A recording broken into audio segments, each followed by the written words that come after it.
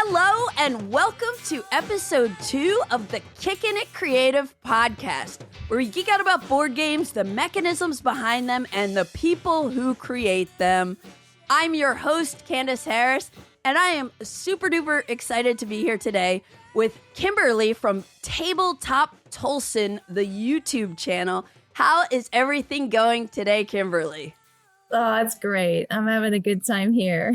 How are you? I'm doing well, trying to get into the gear of holiday mode. We are recording a couple days before Christmas, and I've been excited to chat with you because I randomly will stumble upon your videos, and I know you're doing some videos with Rado too, but I feel like we both have a lot of omni-gamer in us, and so I just kind of was like, you'd be fun to talk to because I want to hear what you enjoy playing. Same here. And I have to say, I was listening to your first episode and it was your kind of con crawl. And you mentioned you did BGG at Sea. And it was the first time you did it. It was my first BGG at Sea this summer too. Oh! And I was like, we did not go on the same cruise. Not the same one, though.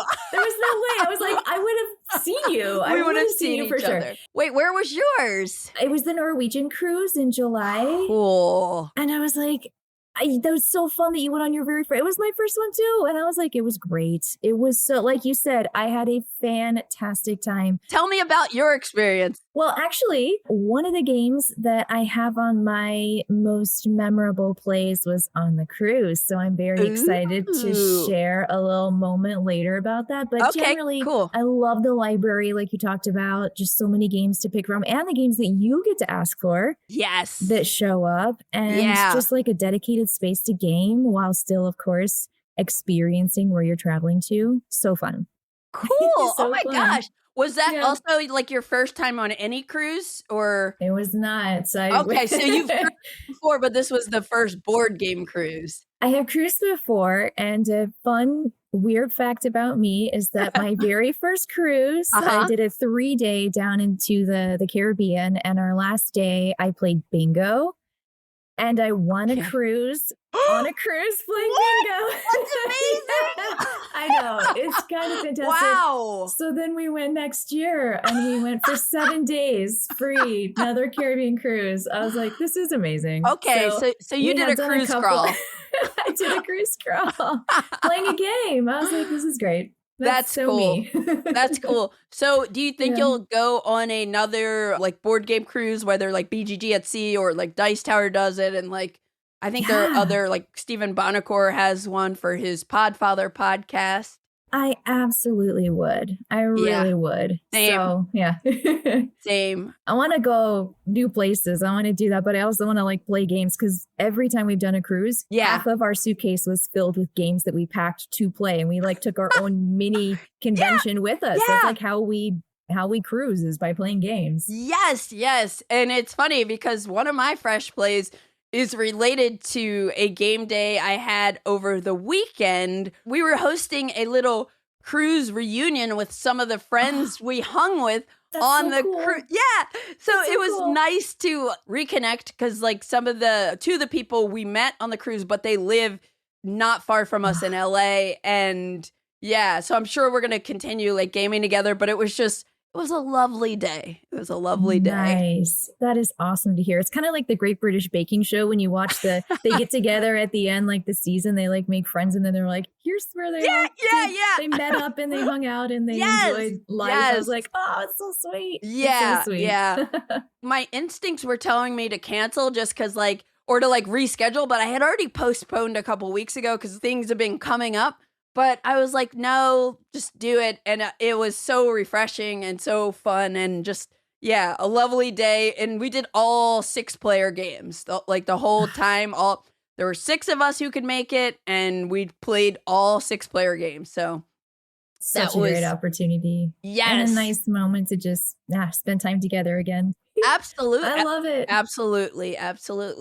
So, in the spirit of this episode will be dropping at the end of 2025, I thought it would be great. Also, considering the fact that, like, you know, I'm sure you're still playing through some new games you've gotten that came out in 2025. I feel like I need to be one of those people who talk about, like, my favorite 2025 releases, like, later into 2026. So I have a little more time to play them, but I definitely fell in love with some games this year that came out prior to 2025, and I am excited to talk to you about them. And also, I want to hear what you played this year that you were excited about. So today, we're going to share our top 10 new to me games of 2025. I think that's fantastic. And something that I kind of prepared for today is I have my top 10 list of 2025 titles. So they were released in 2025 from my channel, Tabletop Tolson. But for this one, I really crafted the games that were new to me. I love that theme. I love that kind of like, I didn't get to this last year. I didn't get to this the year before. I didn't even get to this whenever it came out. And they're still really good and super fun and totally deserve the attention. So I'm thrilled. I'm thrilled for this. I totally agree with you. But before we start talking about our top 10 new to me games of 2025, I'd love to hear what you've been playing lately, Kimberly. So let's jump into fresh plays.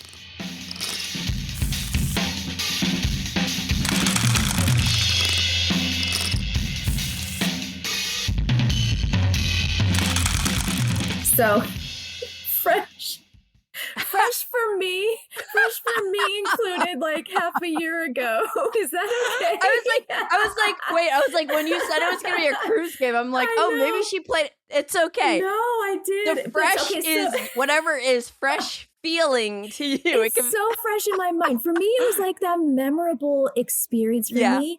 So the two, like the game that I really want to talk about, well, the first one is Blood on the Clocktower. I finally got to play it. It's 2022, and everyone talked it up when it came out. It's just super expensive, and you have to have a lot of people to play it. But I love a social deduction game, and what I think Blood on the Clocktower does is it just makes every social deduction game you've ever played better. Nobody dies. Everyone dies, but no one dies and has to stay quiet. And so you are fully part of the game, whether you're alive or dead, on one team or the other team. And it's just so dynamic, and it is fully conversationally driven. And I love it. Everyone also has a special role. And I felt it like when I played, it was super, super fun. So for me, that was an experience. We played 2 games on the cruise, and I had a really great time.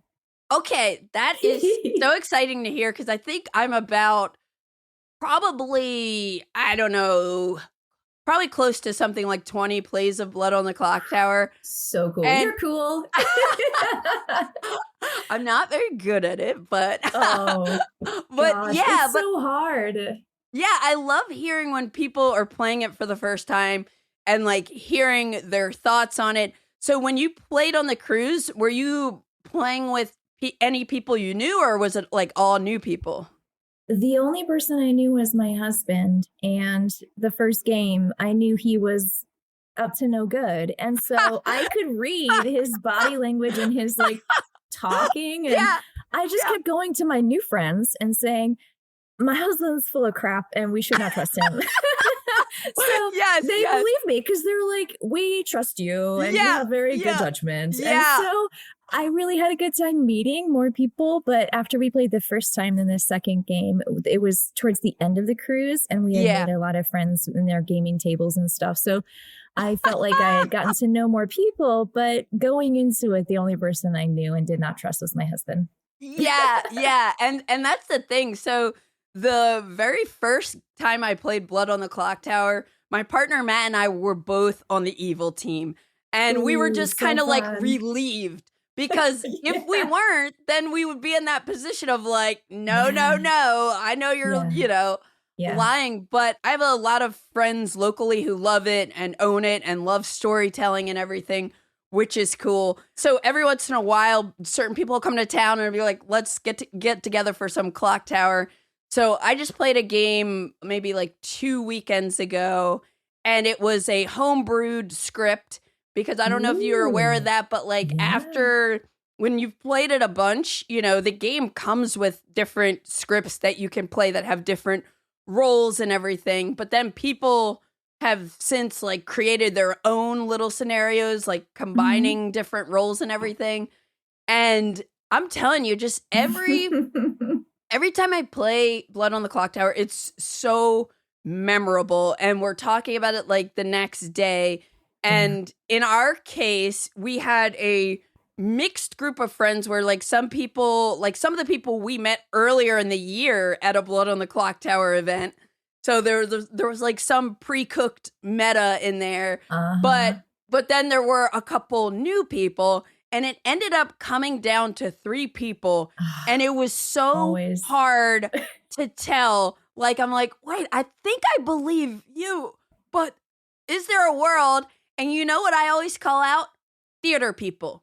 Theater people. When you play this game with anybody who's in theater or has a theater background, you're one of them then, Kimberly. I'm one of them. Okay, so tell me more. they're just like, I've played so many games with, and just a couple theater people, but it's usually a repeat, where they do some tricky stuff and they get you to believe them. And then I have to remind everyone, I'm like, that theater person. So like, we need to factor that in. And I think me bringing that to people's attention helped us win that game that last time. Good. Because the second game that we played on the cruise, I was on the evil team and my husband wasn't, and he never knew until we revealed our disc. Never knew. See, you're a theater person. I couldn't believe it at all. I was like, yeah. Awesome. So, well, I'm glad you got to play, and hopefully you get to play more, because I find it to be kind of a very thrilling social deduction experience. You know, you just I'm second guessing everyone. If I'm on the evil team, then I'm trying to like convince people that I'm not, which like usually what I learned early on is a tell with me is if I'm quiet, because I'm not usually quiet. So they're like, if she's quiet, she's evil. So now I try to like offset that and just be a wild card. Oh, I love it. Cool. What was your recent game? So it's a little fresher than your summertime Blood on the Clocktower game. All good. But I played a game a couple times that was sent to me by Plaid Hat Games. It's a little 2-player card game called Super Auto Pets Card Battle.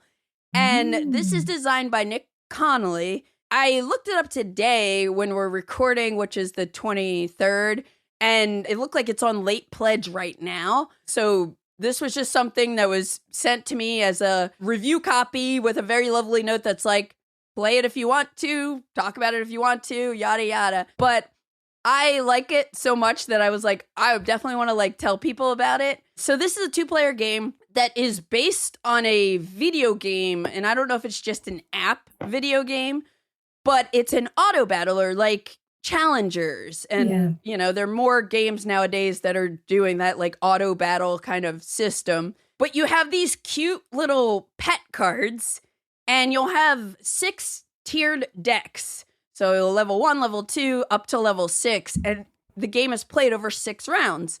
So each round, you're going to have the opportunity to shop from the current round's deck. And you're kind of recruiting these pets to make your team of pets. And each round, you're competing after you buy pets for your deck and some other cool cards. You're then going to just go ahead and do the auto battle thing where it's like we put up 1 card at a time from the top of our deck. Okay. And then they attack each other and you want to be the last one standing. And if you are, you get a cool little trophy. So in the shop phase, there are mostly pet cards.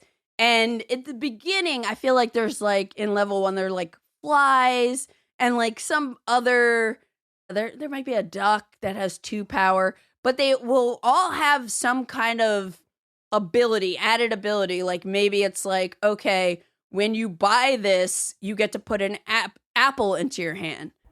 Apples and bees are 2 types of cards that are kind of like temporary cards that you can get for a round, and then at the end of the round they go away and you might be able to get more. But the apples are going to give your pet +1 power. So your pets have a power value. I think they range from something like 1 to 6, going all the way up to like the beefy ones. But if you feed them some apples, you could modify their power level. The other thing is, like, during the shop phase, you can also sell cards, because in future rounds, like after round 1, you cannot enter the battle phase with more than 5 pet cards. So, so eventually you have to like sell some off. So one way is just to kind of like discard it for an apple. But then there's also this little set collection thing called a triple, where each of the pet cards have a little have a hat icon. And if you discard 3 of your pets that have the same hat, you get to draw 2 cards from the next tiered deck and keep 1. And so that's kind of cool. But anyways, you're getting new cards. Then there's the battle phase, and that's when we're gonna take our cards and put them in the order we want to play them. And every time I play this game, it's hilarious, but also like I love the mind games of stuff like this, because it's like, all right, I know we both have a monkey, but like I don't know when you're gonna put it, like where you're gonna put it in your deck. And in the most recent game of this that I played, Matt had all these pets that were generating apples.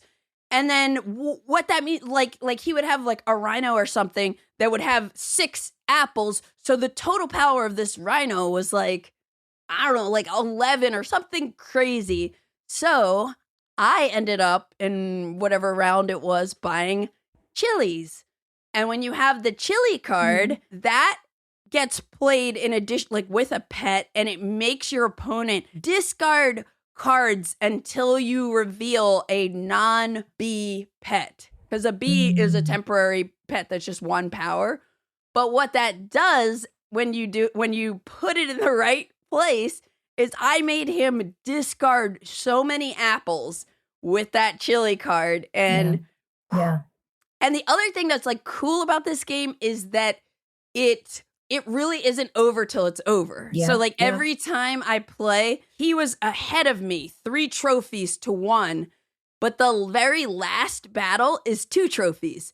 So I was able to win the next 2 rounds, the last 2 rounds, and I ended up with 4 trophies and he ended up with just 3. So I won just in the last 2 rounds. And I feel like the first time I played it, it was like a tie. And, the winner was decided on the tiebreaker. But yeah, there's just something that's like really good. Like, I don't know, there's like some fun tension. Again, looking to see what you're getting for your deck versus mine. And then thinking about, like, when is Kimberly going to put that mammoth? Like, is that something like, and do I want to put my weaker animals up front with like a bunch of apples or, so there's a lot of like strategy and variety to it. And I just like enjoy it a lot. Had you heard of this one or the video game? I haven't. No, this is new to me. This is fun. Yeah. And that's the other reason I wanted to bring it up, because I don't know how many people know about it. Now, have you played Tag Team? No, but Challengers I have. Okay, but Challengers to me. Yeah. There's a new game called Tag Team. I think it dropped this year, and I think it's pretty much an auto battler as well.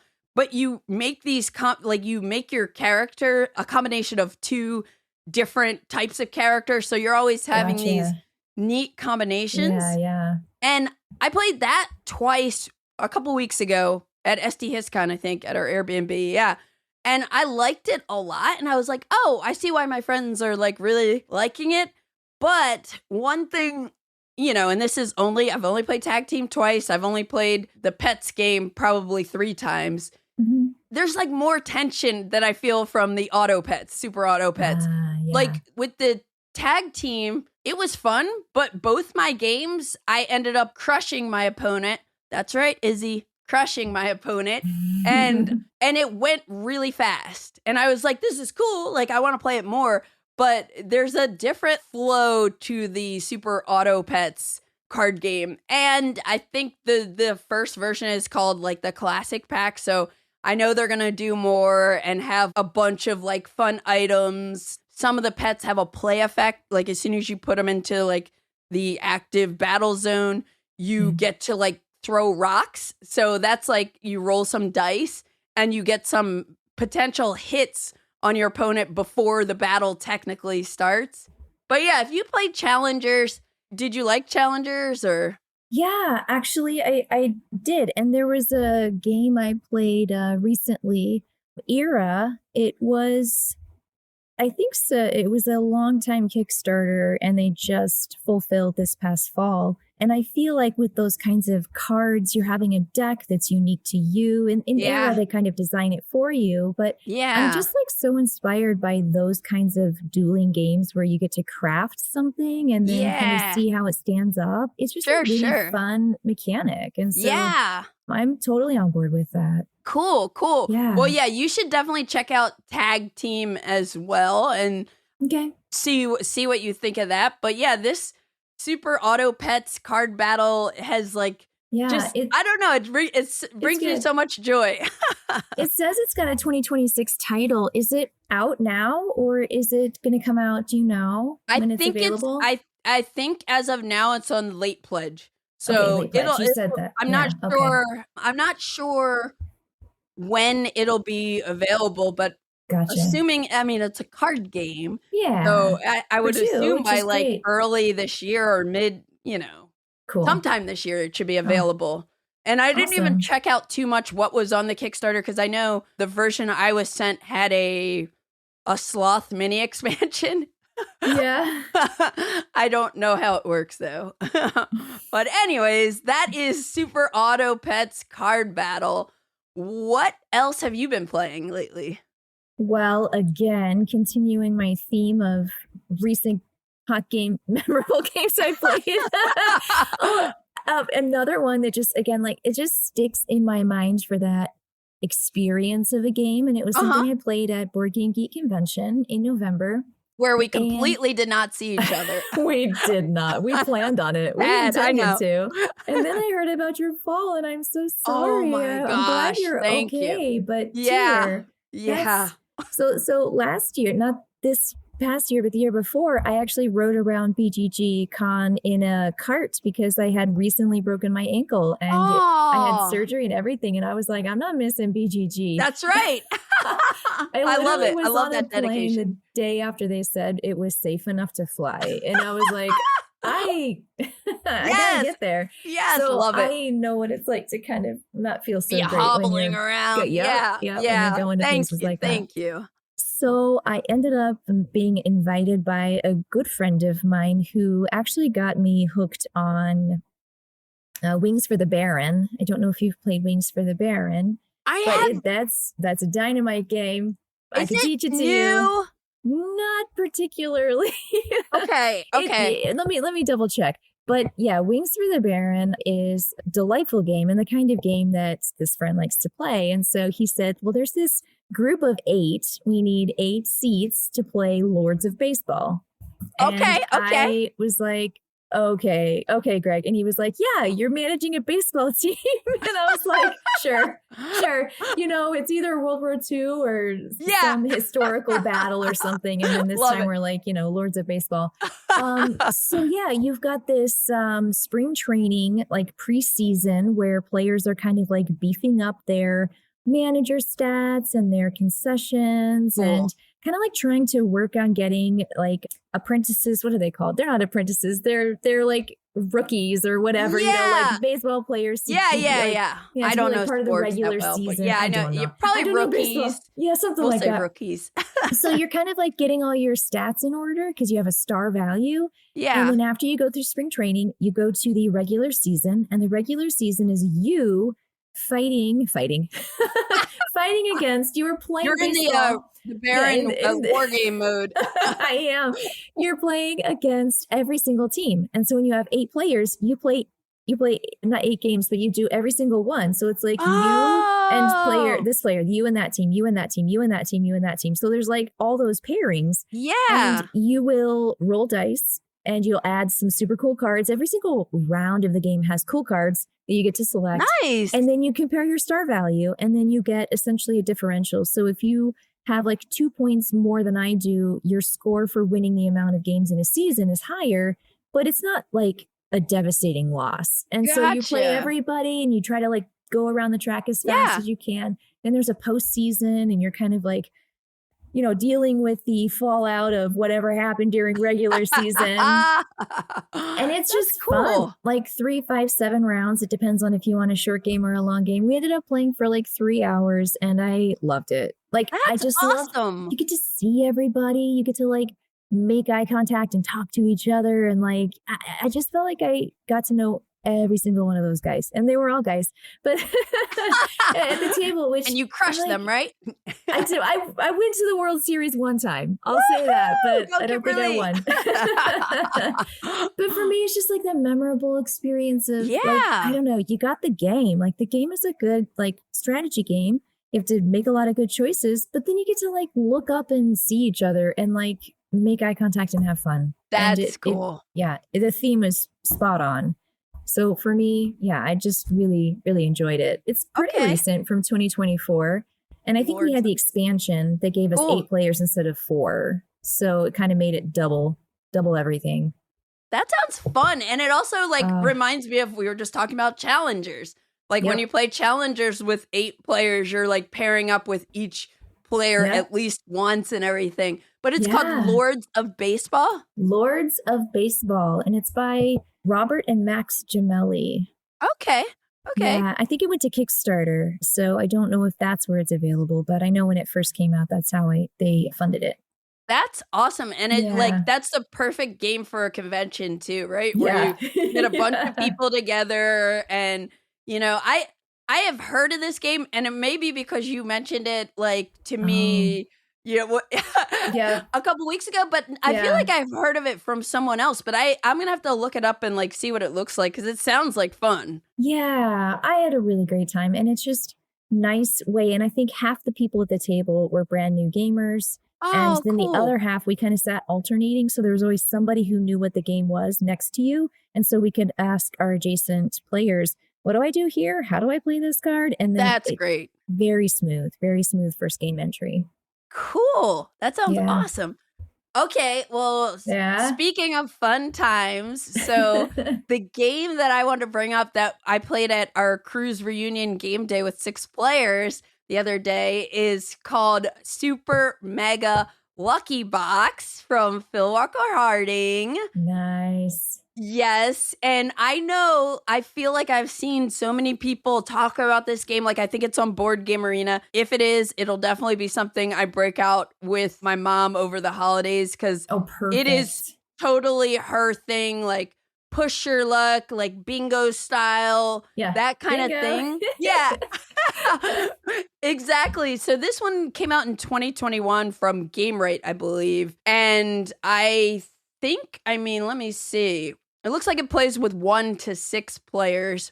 And in the game, everybody's going to get a number of these little bingo cards that have like a 3x3 grid of numbers. But like when you complete a row, and the numbers go from like 1 to 9, but the distribution of numbers on the different little bingo cards varies. When you complete rows and columns, you get bonuses. Like one of the bonuses is moons. And at the end of the game, whoever has the most moons gets 6 points. And if you have the least moons, you lose 6 points. So you got to like keep an eye on moons or not, depending on what you care about. And then you're also, you can get stars, which are bonuses. Like the more stars you get in a round, the more the stars score you for that round. But then you're also trying to complete cards. If you're able, I think it's 4 rounds you play, right? If you're able to complete one of your bingo, or at least one of your cards in round 1, you get like 15 points for it. Yeah. But each one you complete in round 2, then it gets like lower. It's like 12 points per. So there's probably some strategy of like, hey, I'm going to either really try to focus on closing one out like in that first round, or maybe set myself up to close out multiple of my cards each round. And then, you get some bonuses like kind of like roll and write style, where again, you complete a row, you might get a number that lets you scratch off another number. Yeah. And I guess I should say there's a deck of cards that somebody's going to flip that's like the bingo caller, more or less, but you don't use the entire deck of cards. And I don't remember the makeup of the whole deck, but the bottom line is you don't know if you're going to see 3 8s or no 8s. Totally. But yeah, you played this before, right? I have. I've played this a lot, and it's actually behind me right now as we speak. And when you said it was, you were describing the moons and the -6 or the +6, I was like, wait a minute, this sounds like Sushi Go. Look it up. Phil Walker Harding, Sushi Go. Of course. Because nice. That's the puddings at the end of the game. It's like the same, mechanism right there. I was like, oh, that's so funny. Clever. I know, I love it's those really little great. connections. I know when you start to see it come together, but it's a delightful, light game that you can teach anybody. And it's very fun. Yeah. And also it was fun to play with people that were experienced with it, that were like popping off all these combos. It's like, okay, I do this, I get a mystery number, which I'll make a 7 to complete that, which gives me a 2, that gives me that, gives me a star. And now it's like, what? It's the cascade turns. That's so satisfying when anybody does that mini game. I mean, I don't know if you feel like that's satisfying to you. You're like, yes, and then that, and that gives me this, and that gives me that. So, it is very satisfying when you're like triggering those combos. And I have kind of unrelated, but like the first time I played Terraforming Mars, I was like hesitant to get into Terraforming Mars because I was like, oh yeah, I see reviews on Amazon or whatever. All these people like this game, but it just doesn't look like something I'd be into or whatever. And I learned it solo.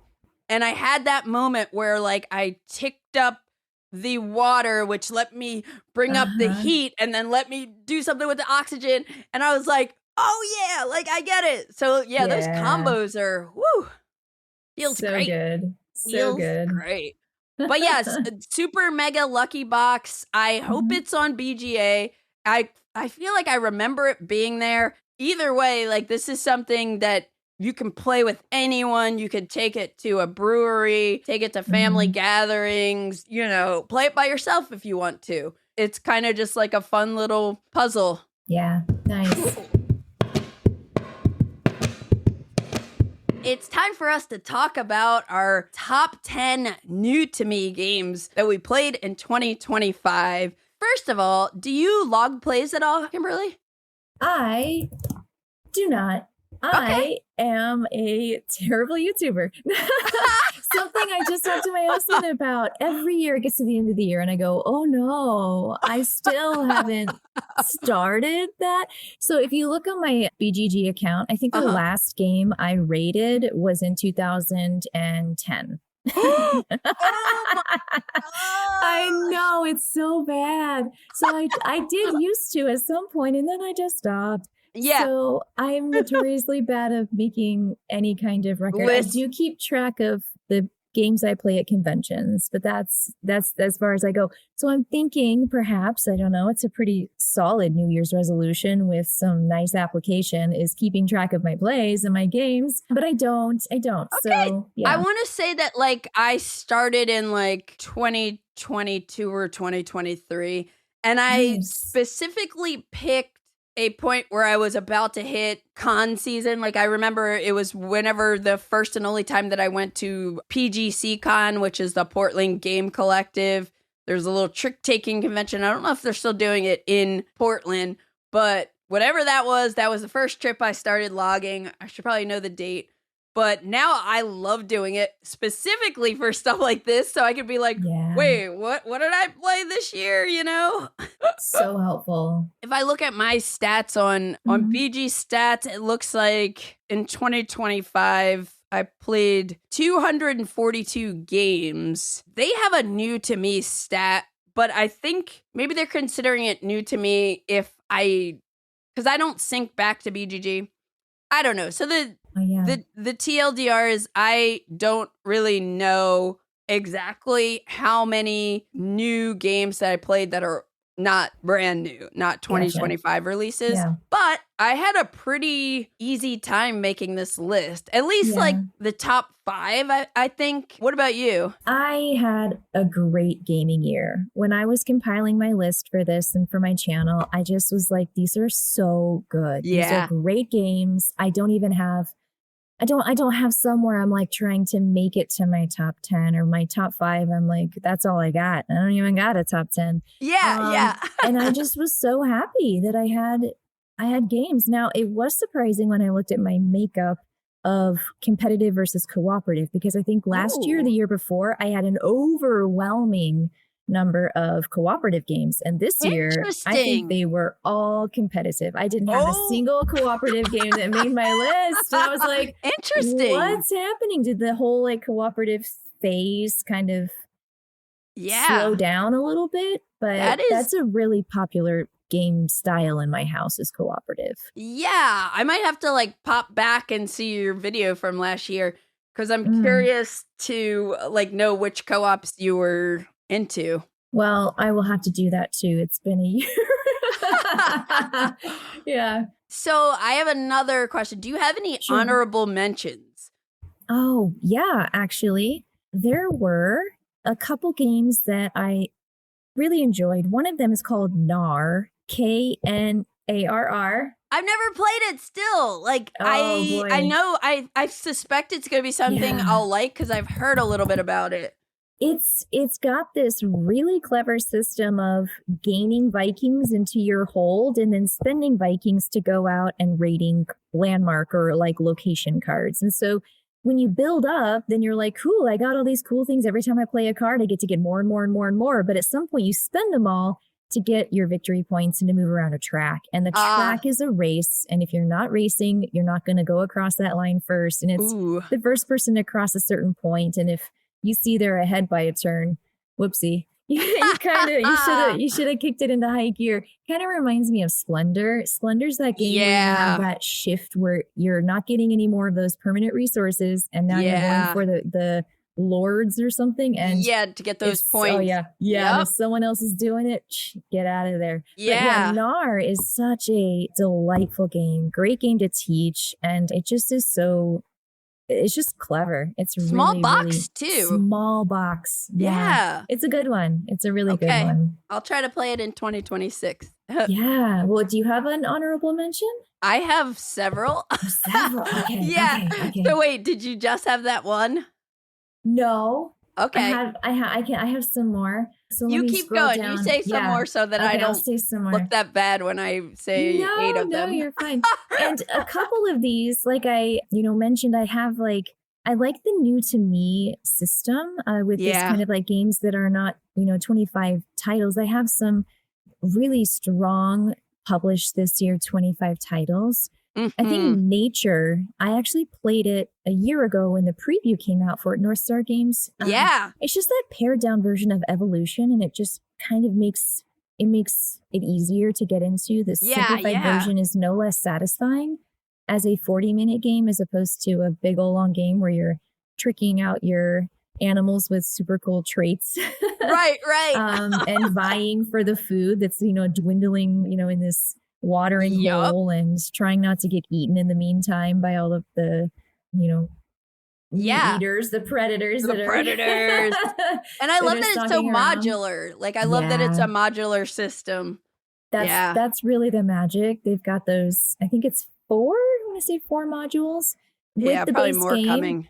Yeah, exactly. But that's what you can do. You can add more decks. You can add more features. You can add more. And it doesn't change the base game so radically. It just enhances it and makes you have a different experience. So Nature is on my runners up. Honorable mention for sure. Cool. Let me see here. I've got one more. Sanctuary. I was excited. Oh, I haven't played it. My hands on Sanctuary. I probably should play Ark Nova more, and I have a friend up in Quebec who has played it.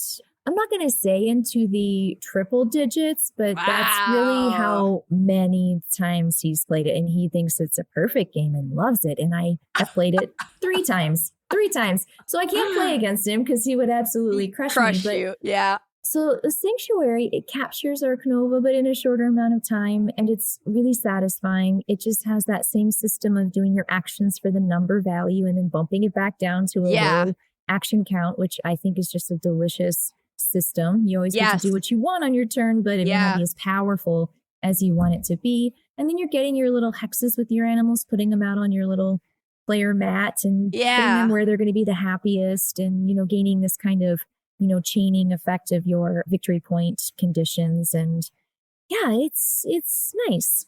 How long does Sanctuary take to play?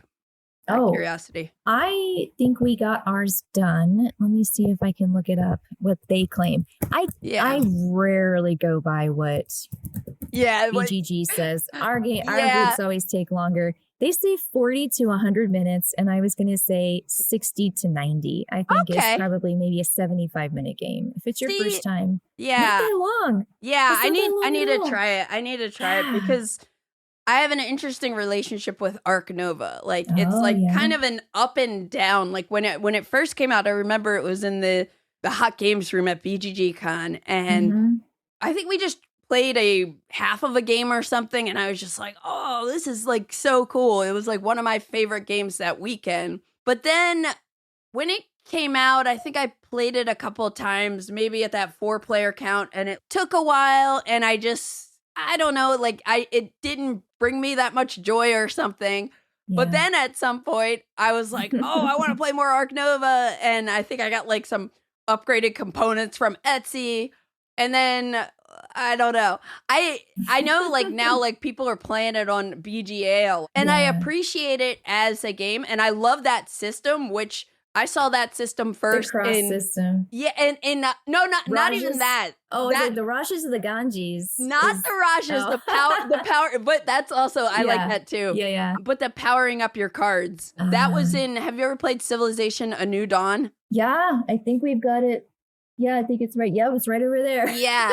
So that was the first game that I'm aware of that did that whole system, and I love that. So cool. And I'll just tell you, since we're talking about that aspect of like Ark Nova, but there's a game from a small publisher, All or Nothing Games, and they make a game called Veil Wraith, and now they have a follow-up to it called Creel Manor, which is, it's mostly played solitaire, and you have like 3 types of cards, and you're rotating them in these slots, and you can do stuff to kind of like power them up, but it's really thinky, like, how do I use that? When do I activate that? Because that's going to slide to the front. So I think that's a real cool mechanism, and I'm sure we'll probably see more games with it going down the pike. But back to Sanctuary, I would like to try Sanctuary at some point to see if maybe it gives me more of a spark than I get from Ark Nova. It's just I want to say it's a different game. It's just not going to be as complex. And so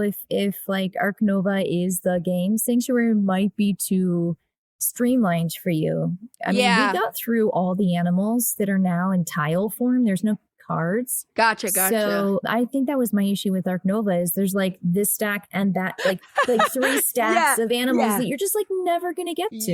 Yeah. And so it just felt like, I can play this game forever and keep having a different experience. But in Sanctuary, you'll get through the tiles each game.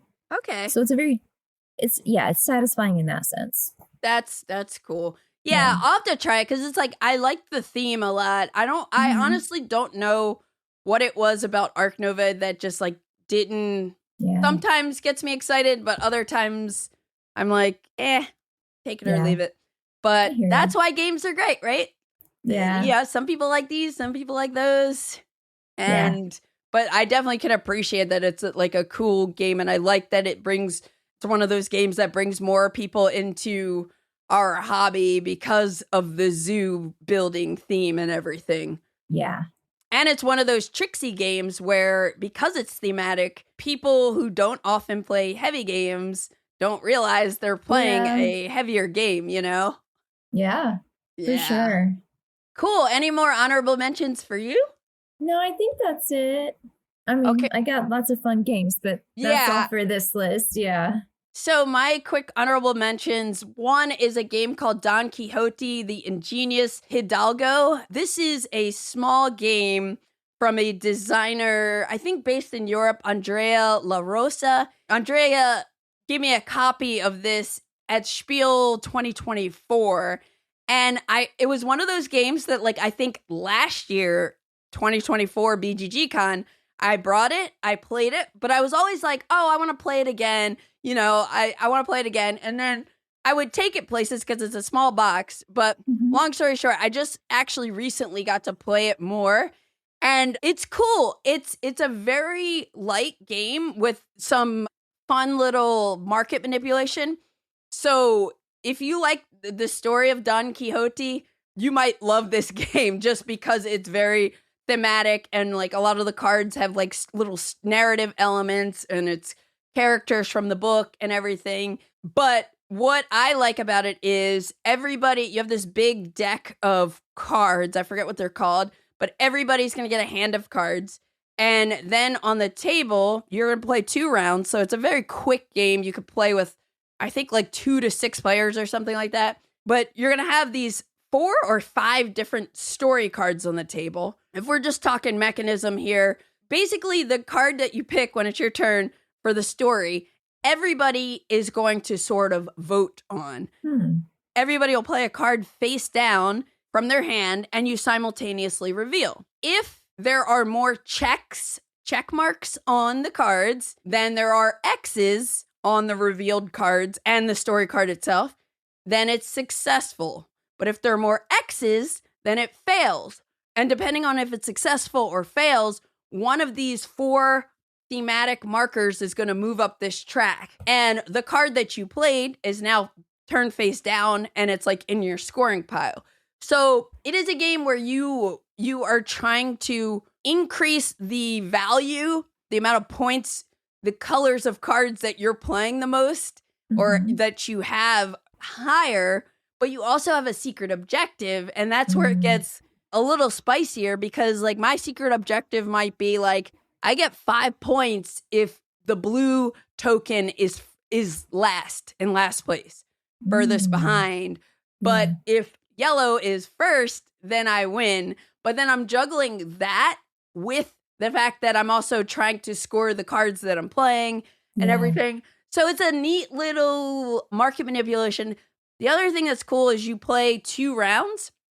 In the second round, it plays exactly the same way, but on the board, the game board, so like this very tiny game board, there are some shortcuts that are like rivers. So when you're moving these pieces on this, I'm assuming it's like a thematic board that looks like a little like route, kind of like a snake route. When you get to the second phase of the game, like if a token is far behind, it takes the shortcut. Well, all of them take shortcuts from that point forward, but it could be a way to kind of like swing some things. There are also these items that you can get, and you're taking items from each other. It's cute. I like it. It's easy to get to the table, a nice like 20-minute filler game, but just did not make my list. I also played Blue Moon Legends for the first time this year. That's an old Reiner Knizia game, and I love it because it's like an LCG. Like there's so much in that box. I got it secondhand at a convention. It's Knizia, so it's like really an auction game. but the card play is LCG, and you're kind of pulling these dragons, like you're trying to win the favor of these dragons.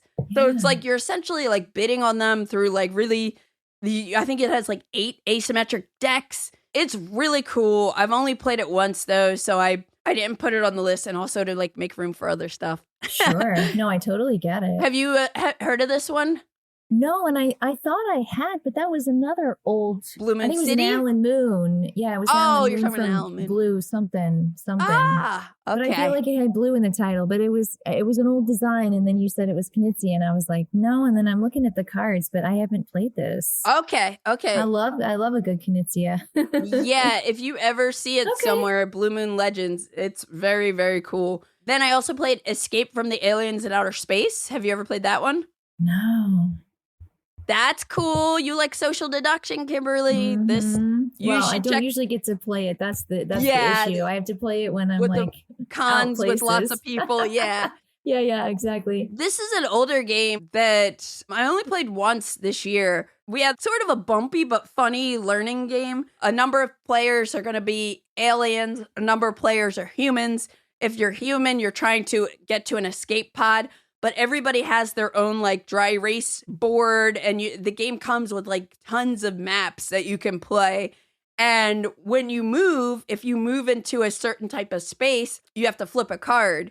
And sometimes when you flip the card, it'll say you have to declare what your sector is. Mm-hmm. Other times it's you can say any sector. And so people don't know. All they know is like what you said. And then also there are like scattered in the map, there are these like empty spaces, or like they might be white boxes or something, where when you move into one of those, all you say is silence in all sectors.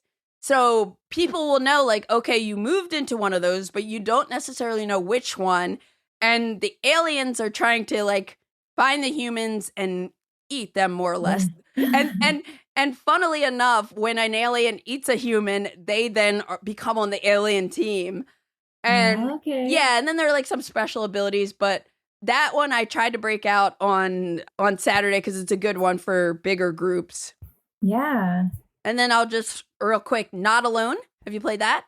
No. Not Alone is another old game I played for the first time, like just like 2 months ago. It's a one versus many game, but it's all card based. So like Fury of Dracula kind of thing. Yeah. Card based. Very cool. That's still in print as far as I know, because I just got a copy. Yunnan 2nd edition. Have you ever played Yunnan? No. This is so fun. Okay, cool. This is on my dusty old Euro list. Yunnan is a weird little game that has this like a bunch of different spaces you're kind of like bidding on to do something, but then you're trying to like the top part of the board reminded me of like roads and boats a little bit, where you're trying to sell tea places.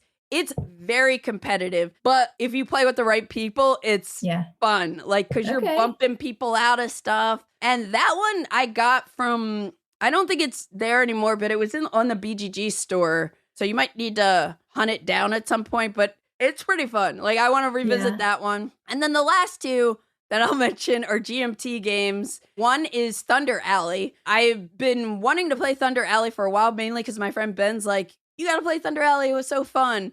But it's a racing game where you control multiple cars. So you have like a team of racers. Have you played it? Yeah, I think we have. It's been a little while because it is older, but I love racing games. Any kind of racing. Cars, horses, you name it. Oh, awesome. That's good to know. So we'll have to like do another episode later down the line where we talk about racing games. Oh, I love it. But yeah, Thunder Alley was cool. This was a different game day, but we had 6 players for it. Yeah. And I loved like the little things with like all the drivers have their names on the car, you know, like, so you're like, okay, well, this person blew out the tire, and it has some really cool like drafting rules, and where you can link cars together to help other cars, whether it be your own or your, you know, opponents, which kind of leads to some cool like negotiations and table talk. Like, hey, if you can do something about that back there and push my car along, you know, then I'll scratch your back or whatever. And then the last one is Gandhi, which is a coin game, and it's one of the coin games that I just played for the first time this year. And I really liked it because in the game you have non-violent factions because it's Gandhi and, you know, that bit of history in India and everything. So it was just a different feel for a coin game, and I've been like wanting to like replay that one. Have you dabbled in coin games yet? No, but I know what that is, and I know it's a little, I mean, I'm already looking at that. It's like red on the weight complexity on BGG. If it turns from orange to red, it takes a little bit of time to get into. Not that I'm against, you know, those bigger games, but hey, next time, familiar with it. Yeah, next time we're at a convention or something together, coin games are great if you can have someone who knows how to play them, ease you into it. But yeah, I think you might like it. Nice. Well, I'm down. What I'm learning about you, I'm like, I think you might dig it. Fantastic. That was it for all my honorable mentions. So let's run down. We'll start with number 10. You're number 10. So my number 10 is Confusing Lands. It is a 2-player card game, and it's so simple and clean. I actually had the designer reach out to me, Zach Elsvug, and he just said, hey, I know you really like button shy games and those 18 card games. And I said, yeah, you've seen my channel. Nice. And he's like, I've got this game here. It's just specifically for 2. And I think the clever choice in this game is that you are dealt cards into your hand. You keep one and then you give one to your opponent. And so they're keeping one and then giving one to you. So you get to build 2 landscape cards in a round, but you're also knowing exactly what you're giving your opponent to add to theirs. Yeah. And so that's where the confusing part comes in, is like you don't actually get to select half of your cards. And then when you choose your card, you can choose one side or the other. And one side has a scoring mechanism in it, and the other side has just landscape and icons. So you're also selecting how you score your game individually. Oh. And if you take scoring markers, you lose 10 points. And so you have to essentially know you're going to be earning that much more on top of it to place it down. Wow. Love it. It's a really, really cool system. It's super replayable. I got there's like an advanced pack in there that gives like expansion cards. Cool. Yeah, it's a really just light and lovely 10-minute card game. I mean, it's just like any kind of, button shy game. I love this. I've never even heard of Confusing Lands. Confusing Lands. And really delightful. I like the art, and I like the fact that it's like I split, you choose kind of thing, but you have to decide which way to play the card. Exactly. And very cool. And I definitely gives me like that Agropolis and Cityopolis it's just vibe. like that. Yeah. The Sprawlopolis kind of games. Was the first one. And that's what it was too when he pitched it to me. It's like not just button shy, but it's also the Opolises. And I was like, yep, it sure is. Yeah. Very cool. Very cool. I will have to check that one out. Cool. So my number 10 is kind of like the last thing I added to this list. And so I'm not really sure if it would be number 10, but I'm fine with it being number 10 for now.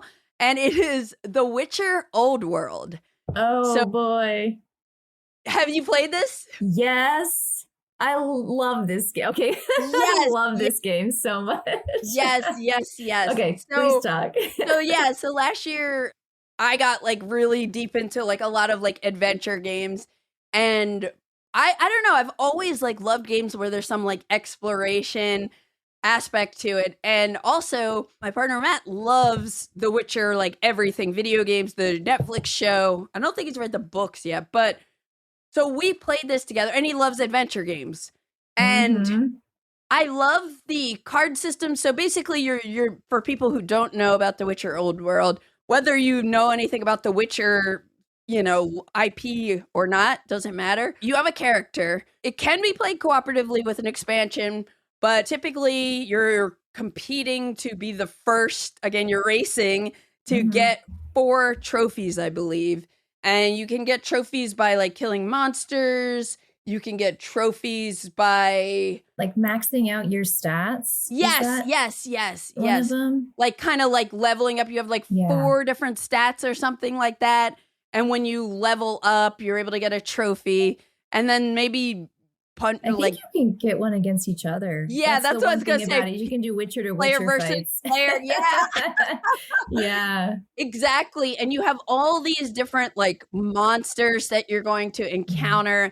And so you're moving around the map to go take down a monster. But the way the combat works is super cool because it's a deck building game, more or less. And you have these cards that have like tabs that give you icons that are used for combat, and you can chain the cards. So if I play a card that has, let's say, an apple, I don't remember what the icons are. It's definitely not an apple, but an apple on it, then I could also play another, like an apple card, and then whatever's on that tab, I can maybe combo, and then you're dealing damage and having these combat effects based on like the combo of cards you're playing into the fight.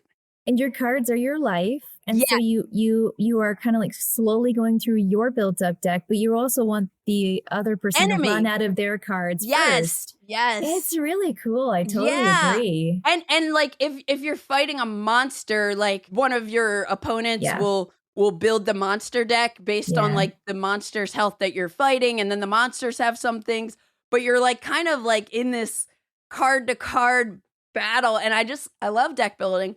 I love exploration. Like there's so many different cards for like encounters that you're going to have. You can gamble in it. Like there's just like, there's so much cool stuff. It is and cool. Yeah. And we just kind of like fell in love with it this year. So, and that's The Witcher Old World, which is published by CED Project Red and designed by Lakas Wozniak.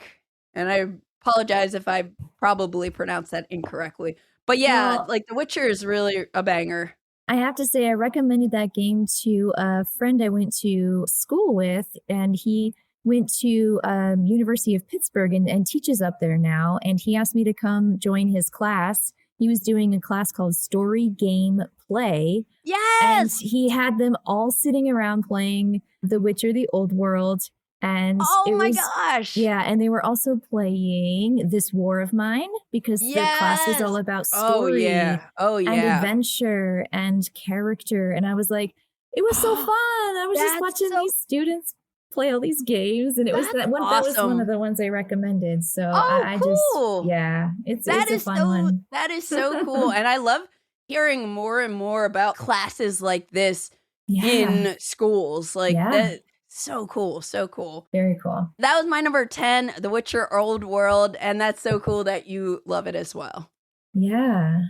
Well, my number 9 is the Lord of the Rings Fellowship of the Ring trick-taking game. Yes. The longest. The Lord of the Rings, the Fellowship of the Ring. Yeah. So I'm a massive fan of The Crew and all the Crew trick-taking cooperative games that we went through, those books with like 50 different scenarios. And when that happened, I didn't know that trick-taking could be cooperative. And that kind of just shifted that for me. And I think there's been just a revolution of trick-taking games recently. I've been playing a lot this year. And some of them are just dynamite, like really interesting twist on trick taking. And so for me, the reason why this made my list was because I really felt like the story and the theme that was paired with this made me feel like it made more sense than maybe The Crew. The Crew was still too abstract in comparison. When I looked at the two side by side, I was like, this actually has like the characters and the items and the story, and like you're journeying through. Yes. To wherever the you're not just trying to like win a blue card or something. A blue card, exactly. Not that there's anything wrong with that, but yes, these Lord of the Rings games, trick-taking games, are like way more thematic. Yeah, and so you play chapters, you introduce new cards as you go. It just grows with you, and you're working together to overcome the challenge that's at hand. And quite often you get to choose certain things. And so players look at their hand and see what they're going to be strong in. And then they'll kind of openly draft characters that benefit the entire team. And I just thought it was a real delight. I had a good time with it. Yes. Banger. And did the new one come out? The Two Towers? I don't know. I don't. Yeah, I don't know if it did, or like it might have come out at PAX or something. Maybe. Yeah, this one's from 24. So yeah, we're due for another one already. Yeah. It says that it was 2025, so it might have just dropped at like PAX Unplugged or something. But nice. I'm not done playing through the first one, so I shouldn't even look. No, not yet. But I do love it. It. Yeah. It's one of those games where you just pick up a quick game and it's like 20, 30 minutes. And then if you want to play another one, you just move on to the next scenario or chapter or whatever. But you can play small, long, whatever. Yeah, I was going to say, are you playing with your husband, or are you I do a 3-player. Okay. I do, yeah. Cool. It's my core group is a 3. It's a smaller group, but we do. 3 is great. We just threw arcs at this lovely friend of mine who comes over every week. And I'll just say it didn't go over too well. No. I was like, oh boy. You know, we were all very sad. We're not the biggest conflict group. We don't. Yeah. And we knew what the game was when we went into it. It says conflict and collapse. You know, we're like, oh boy. So yeah, that's the group I usually do things with, our 3-player. Cool. All right. So that was Fellowship of the Ring trick-taking game. Yeah. My number 9 is a little card game called Ito. Ooh. Have you heard of Ito? I want to say I have. I just want to see it because I think I have. Yeah, it's an older game. It's from 2019. From a Japanese designer that goes by the name of 326. The name or the number? 326 Mitsuru Nakamura. And I think the newest version that had a US release was Arcane Wonders, but I think this was originally self-published. But this is a card game that plays with 2 to 10 players, and it's essentially like cooperative wavelength meets the mind. Oh, sounds great. This is like my kind of game. I haven't played this. Yeah, this plays with 2 to 10 players, and it is a hoot because what'll happen is, and I haven't played it too much, but I played it a couple of times, and like every time I play it, it's like magical. But basically, you're gonna get a card, right? Everybody's gonna get a card. There's a big deck of cards that are 0 to 100. Okay. And so you have some number that nobody sees, and then you're gonna flip a prompt card. So maybe it's like best book to take on vacation, 0 being bad idea to bring this on vacation, 100 being like this is the best book to bring on vacation. This isn't like a very interesting clue, but you get the point. So again, like if I have something that's like lower than 10, then I want to mention some kind of book that would be terrible to bring on vacation. Maybe something like Don stressful. Quixote. I mean, like this massive, like The Art of War. I don't know. Now, what happens is we go in turn order. It's not like the Mind where you're just like looking at each other and sliding a card in.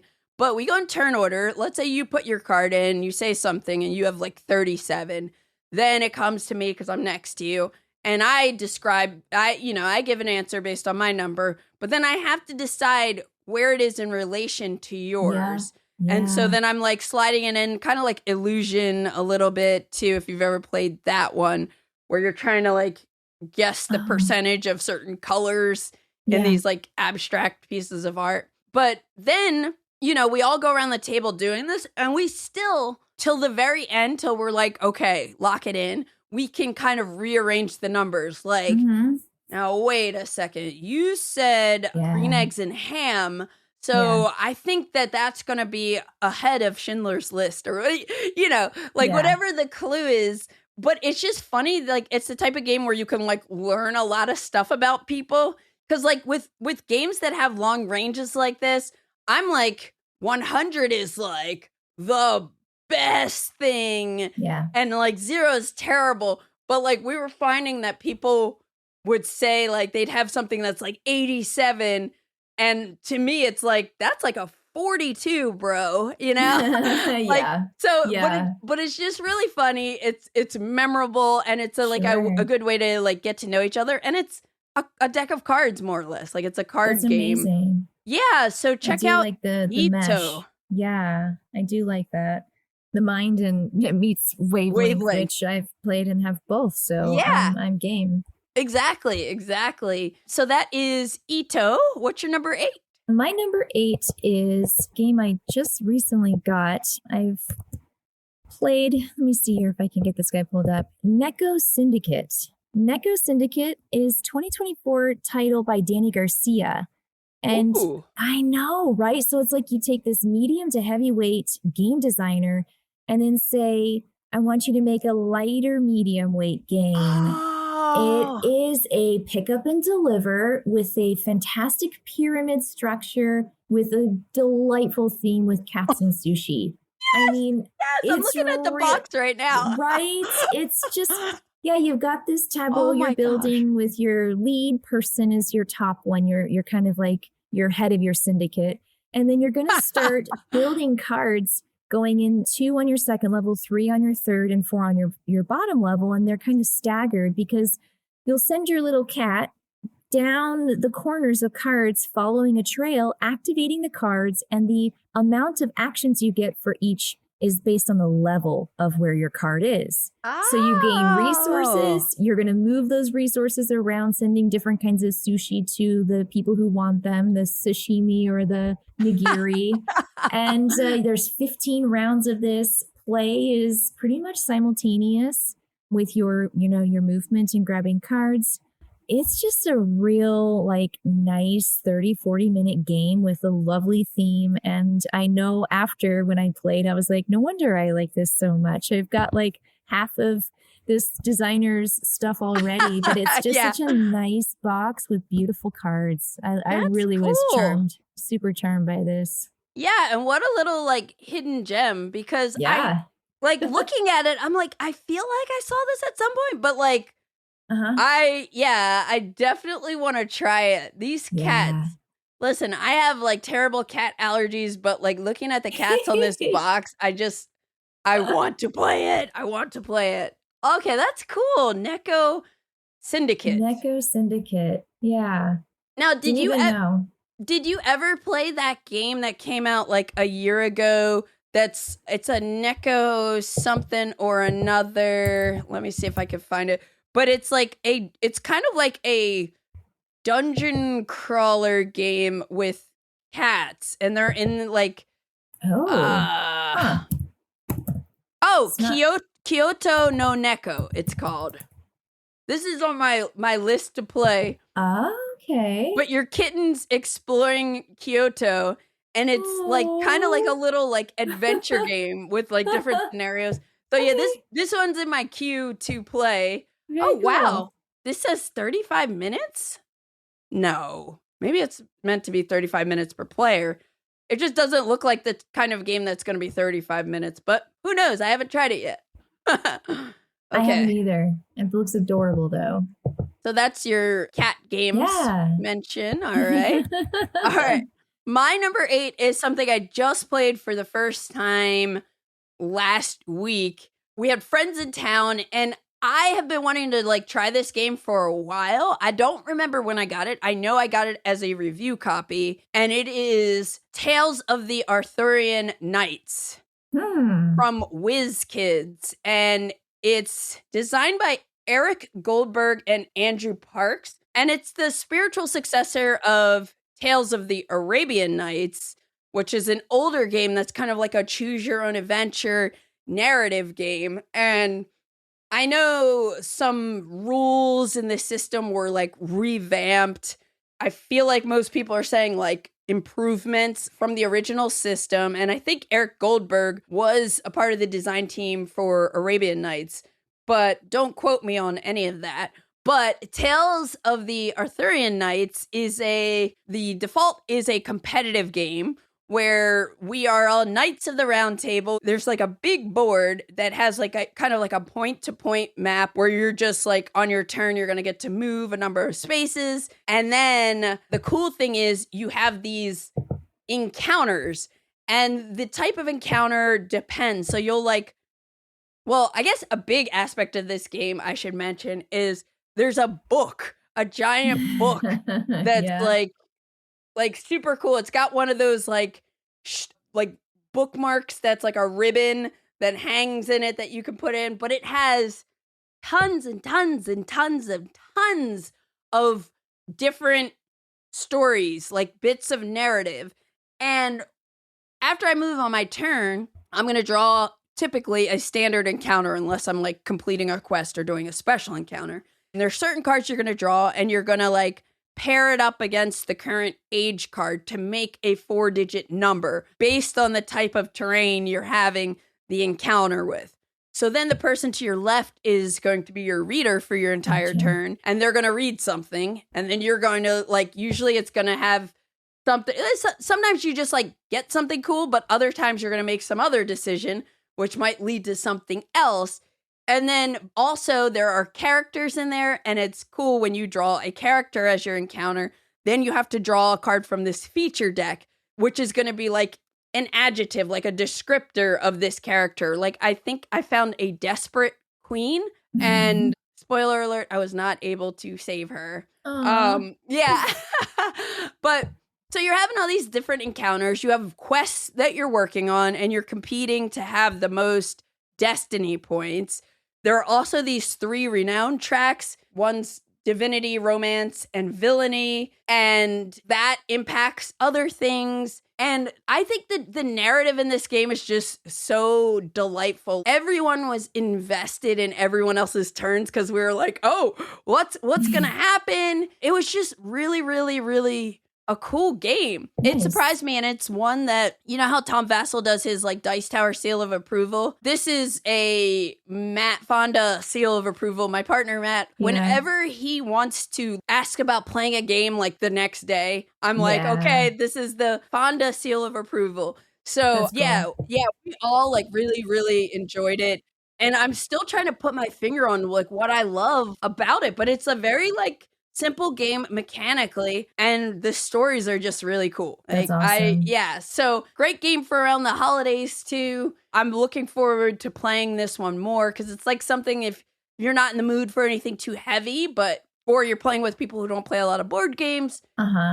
It's very, very fun. So that is Tales of the Arthurian Knights from WizKids. Awesome. Number 7. Yeah, so this one is a 2-player game and has a ton of replayability built into it. It's called Spirits of the Wild Awakening. Oh, I've heard of Spirits of... It's like a remake, or was it an older game? Spirits of the Wild, it says it's a re-implement from. Yes. But yeah, this has this system where you've got player boards that are the same. So you pick 5, and I've got the same 5 that you do, but there are more to pick from, and they have requirements of different kinds of gemstones. And there's like a little bowl in between you and your opponent. Yeah. And there's going to be different gems in there. And on your turn, you have action tiles where you get to do what it says. And the action tiles are things like take a gem from the bowl, take 2 gems, add gems.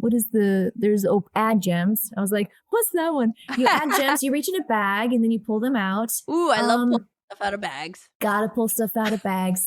And then there's the refresh, which everyone always is like, oh, the refresh action. I think everyone's realized that that's the best action now, because then you like get a lot of really cool things. I'm thinking like ants. You know, when you play ants, I haven't played ants. Oh, there's this action you take. It's one of the 6, and it's like start anew, like move all your larvae up, and now you've got ants and stuff, but you get like stuff. It's like the way you kind of get all your things back. That's fun. So yeah, that has a refresh action. And when you do that, you turn all your action tiles back over so they're active again, but you get to take one of the 2 spirit animals that are on the board that are face up that you can pick from.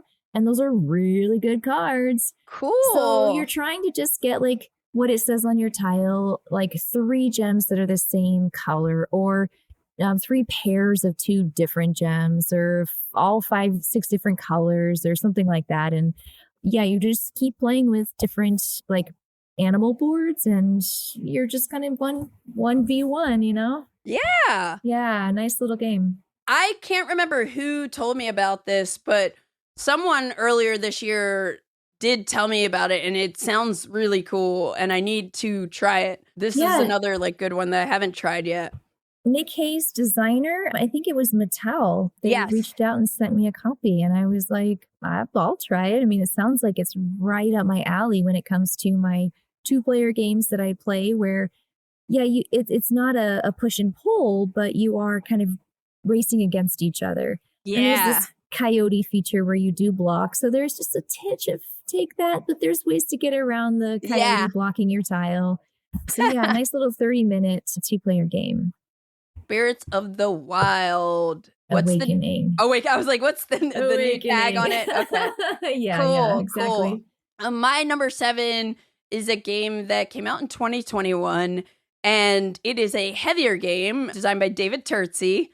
So no surprise that it's heavy, but from PSC Games, and it's called Defence of Procyon III, or The Defence of Procyon III. This is a team game that if you've ever seen Starship Troopers, I think it's like kind of a hot take on that movie. But honestly, like I feel like it just reminds me of any of the, like even like Star Wars, the fact that you have, it cuts from space battles and stuff happening in space to back to we're in Alderaan or whatever. Oh, look at me with my Star Wars knowledge. But when you play the full 4-player game, because you can play 1 to 4, you have 2 teams, so it's 2v2, and each team is going to have one player who's in the ground, like dealing with the ground battle, and the other is going to be doing like stuff in space. And it is highly asymmetric, where everybody's faction is completely different. Yeah. The mechanisms of each faction is kind of different. I want to say it's been a while since I played this, and this is one of those games where I played and I'm like, we should play that again next week. But like, you know, it didn't happen. But one day, because I really, really like it. And I think, you know, hopefully somebody will reprint it, because like I feel like this year out of any, I've been like very into playing team games and team games that aren't just like party games, you know. And this one was just really cool because there's interaction between you and your teammate. There's some ways where you can like pass stuff to each other to help, but then each faction itself was very interesting the way it played. And again, you have that like cinematic feel of like you're watching one of those movies, like, what's going on down there, you know, and then what's going on in outer space. And the one thing I'll say, if anybody like picks this game up or has it on their shelves, I highly recommend having one person read the entire like main rule book, and then the day you're playing it, plan for like 15-20 minutes before to give each player their faction booklet, have them read it, set it up, and understand how their character works, and then just get into it. Because it's the kind of game that could kind of turn people off if you do a full teach and things go bumpy because it's so asymmetric.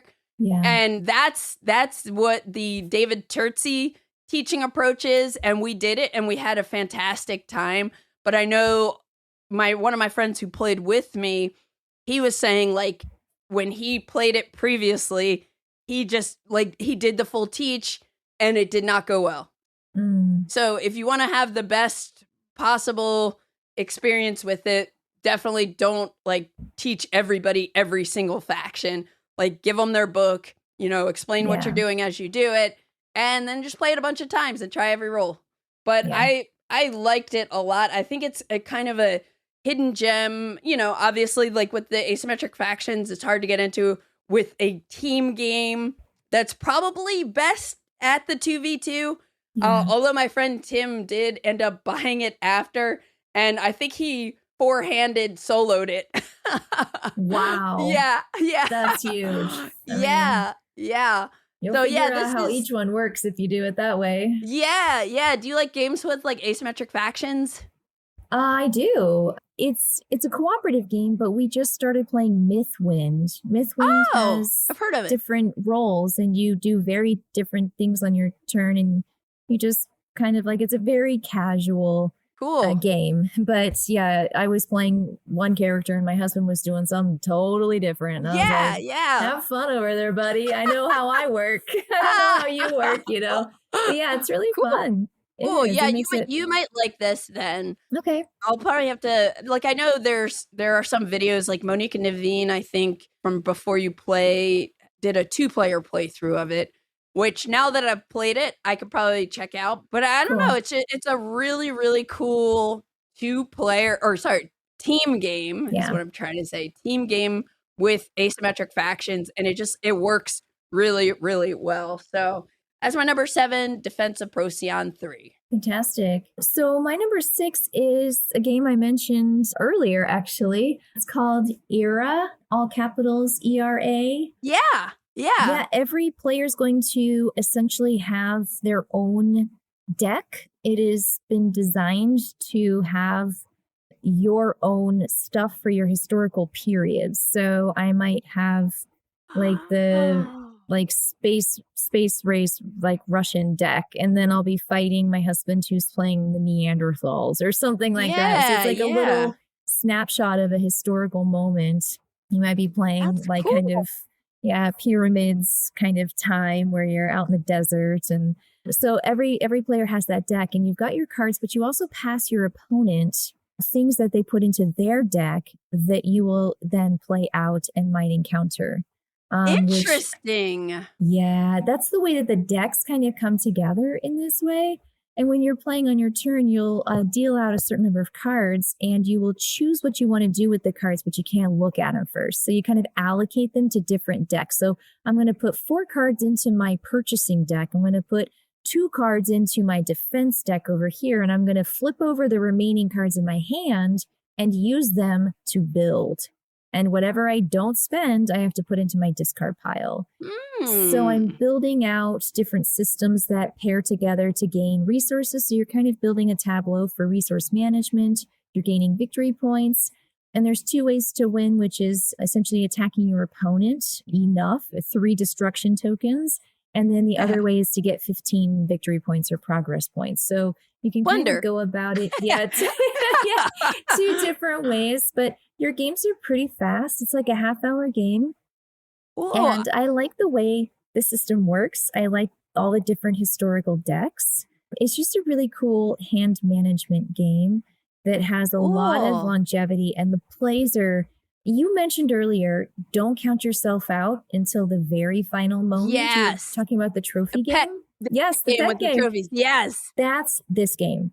Like, that is what you're doing here. You may think your opponent's doing XYZ. They've got a whole system set up. They've got like 2 points away from the finish line, and then you end up drawing something, activating this, and like totally destroying what they've set up. You've put like like the brakes on their progress and made some progress yourself. So it's a very emotional game for me, but it's very memorable. Yeah. Oh my gosh. So when you said era before, I was thinking of this other game. Yeah. It's through the box cover, but like I just pulled it up on BGG right now, and I have never seen this, and it seems like right up my alley because I love like card games like this. I love games that explore history, and the fact that it's like quick. Now, have you played with more than 2 or just 2 players so far? I haven't played with more than 2, and that's kind of the way I will play it. I don't think I'll be playing it with more, but it does go up to 4. And so whenever you've got your decks and you're essentially choosing particular players to choose, you have more people to pick from. So I think there's that with the interaction with the other players.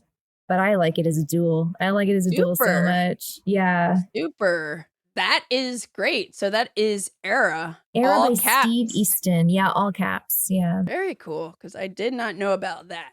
All right. So now I'm getting into your co-op zone. Ooh. This year I played, and for people listening to this who listen to episodes of the BGG podcast that I hosted, you might know which one I'm talking about, but it is a game that came out in 2020 from Catch Up Games, and then Pandasaurus did it. And it's called The Loop. Oh. Do you know The Loop? Yeah, I do. With Dr. Foe. Yeah, so it's funny how there are like quite a few games on this list that I was playing a lot initially, but like I haven't gotten them to the table, but like looking at them, I'm like, oh, I want to play this again. It's a cooperative game with like this time travel theme.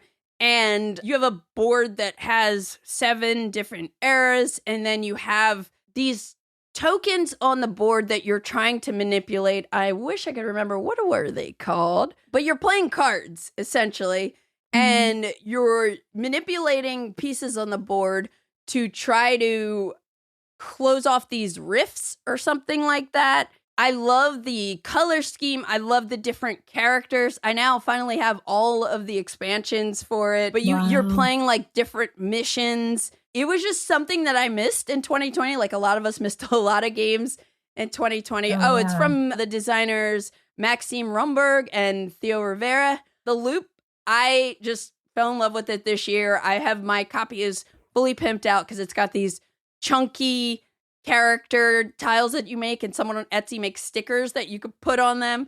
Wow. So nice. I put coin capsules on the discs so that when I'm pulling them out of the bag, it's exciting. But it's a fun cooperative game that just feels a little different. And yeah, I really like it.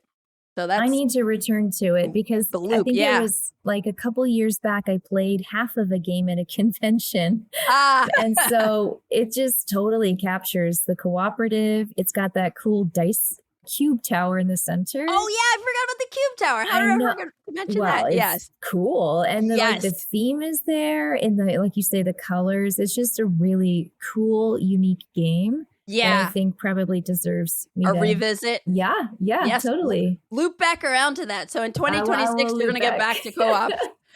I hope so. I would love that. Cool. It's your number 5. Okay, this is Age of Galaxy. It's a card game from a couple years back that I just missed. I mean, we played it at Board Game Geek. My husband pulled it off the shelf and was like, space. And so he's a big science fiction space guy. So yeah, this game, this is an experience that happens with me enough that my husband calls me out for it when he sees it happening. And it does nothing but frustrate me. But okay, what is it? He's just like, calm down. Calm down. Uh-oh. You're fine. We're just going to learn the game. But while it's happening, I'm looking at him and I'm like, nothing is working. I can't figure out how this game works. I can't do this and I can't do that. And this action is this. And I just sit there kind of like paralyzed with not getting the game until of course it clicks. And then there's this moment where I've been doing well, but I haven't been seeing it. And then I win. And he always says, this is how it always ends, is that you win the game at the end because you've been complaining the whole time.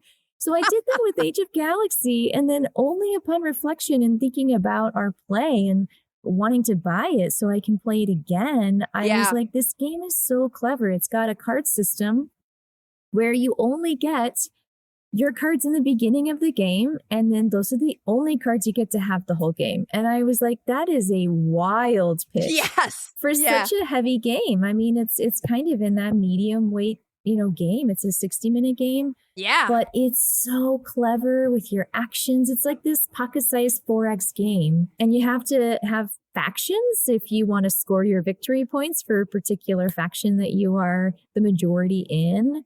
So I don't know. And you got spaceships you send out to explore planets and stuff. But I really did think this game is small box, big play. Yes. Yeah. Yeah. I love Age of Galaxy. I think I've only played it like once or twice. And I have the older version that's even smaller than the new printing of it. But I discovered this like at the end of last year, and I ended up getting Age of Civilization and Age of Galaxy. I still haven't played Age of Civilization, but Age of Galaxy really does pack a nice little punch for a tiny 4X game. Yeah. The card system is really, really interesting as well. Like the fact that you don't have a million cards, and how you use them, I remember being really interesting. And you can get like get technologies and stuff like that. So yeah, now I need to revisit this one as well. And you mentioned Age of Civilization, which we do have too. So I need to revisit that one because it's been even longer since I played that. But dude, they're both dynamite. And great travel games too, Don't take up that much space. Same designer, Jeffrey CCH. Yep, Jeffrey CCH. Nice. Cool. Yeah, I'm very curious to see the new version too. Oh, and did Jeffrey CCH also do Inheritors? Because I think... Yeah. That's what it was. Yeah. Last year I got into Inheritors. Have you played this one? Okay, it's very good. Cool. Okay. I'm just going to say go ahead and find that or have somebody send it to you. Because I was playing this a lot on a trip and it made me say like, oh, what else did Jeffrey CCH design? And then that's when I discovered Age of Galaxy and Age of Civilization. Yeah. Great way in. Cool. Yeah, I like small boxes that pack a little punch. They do, yeah.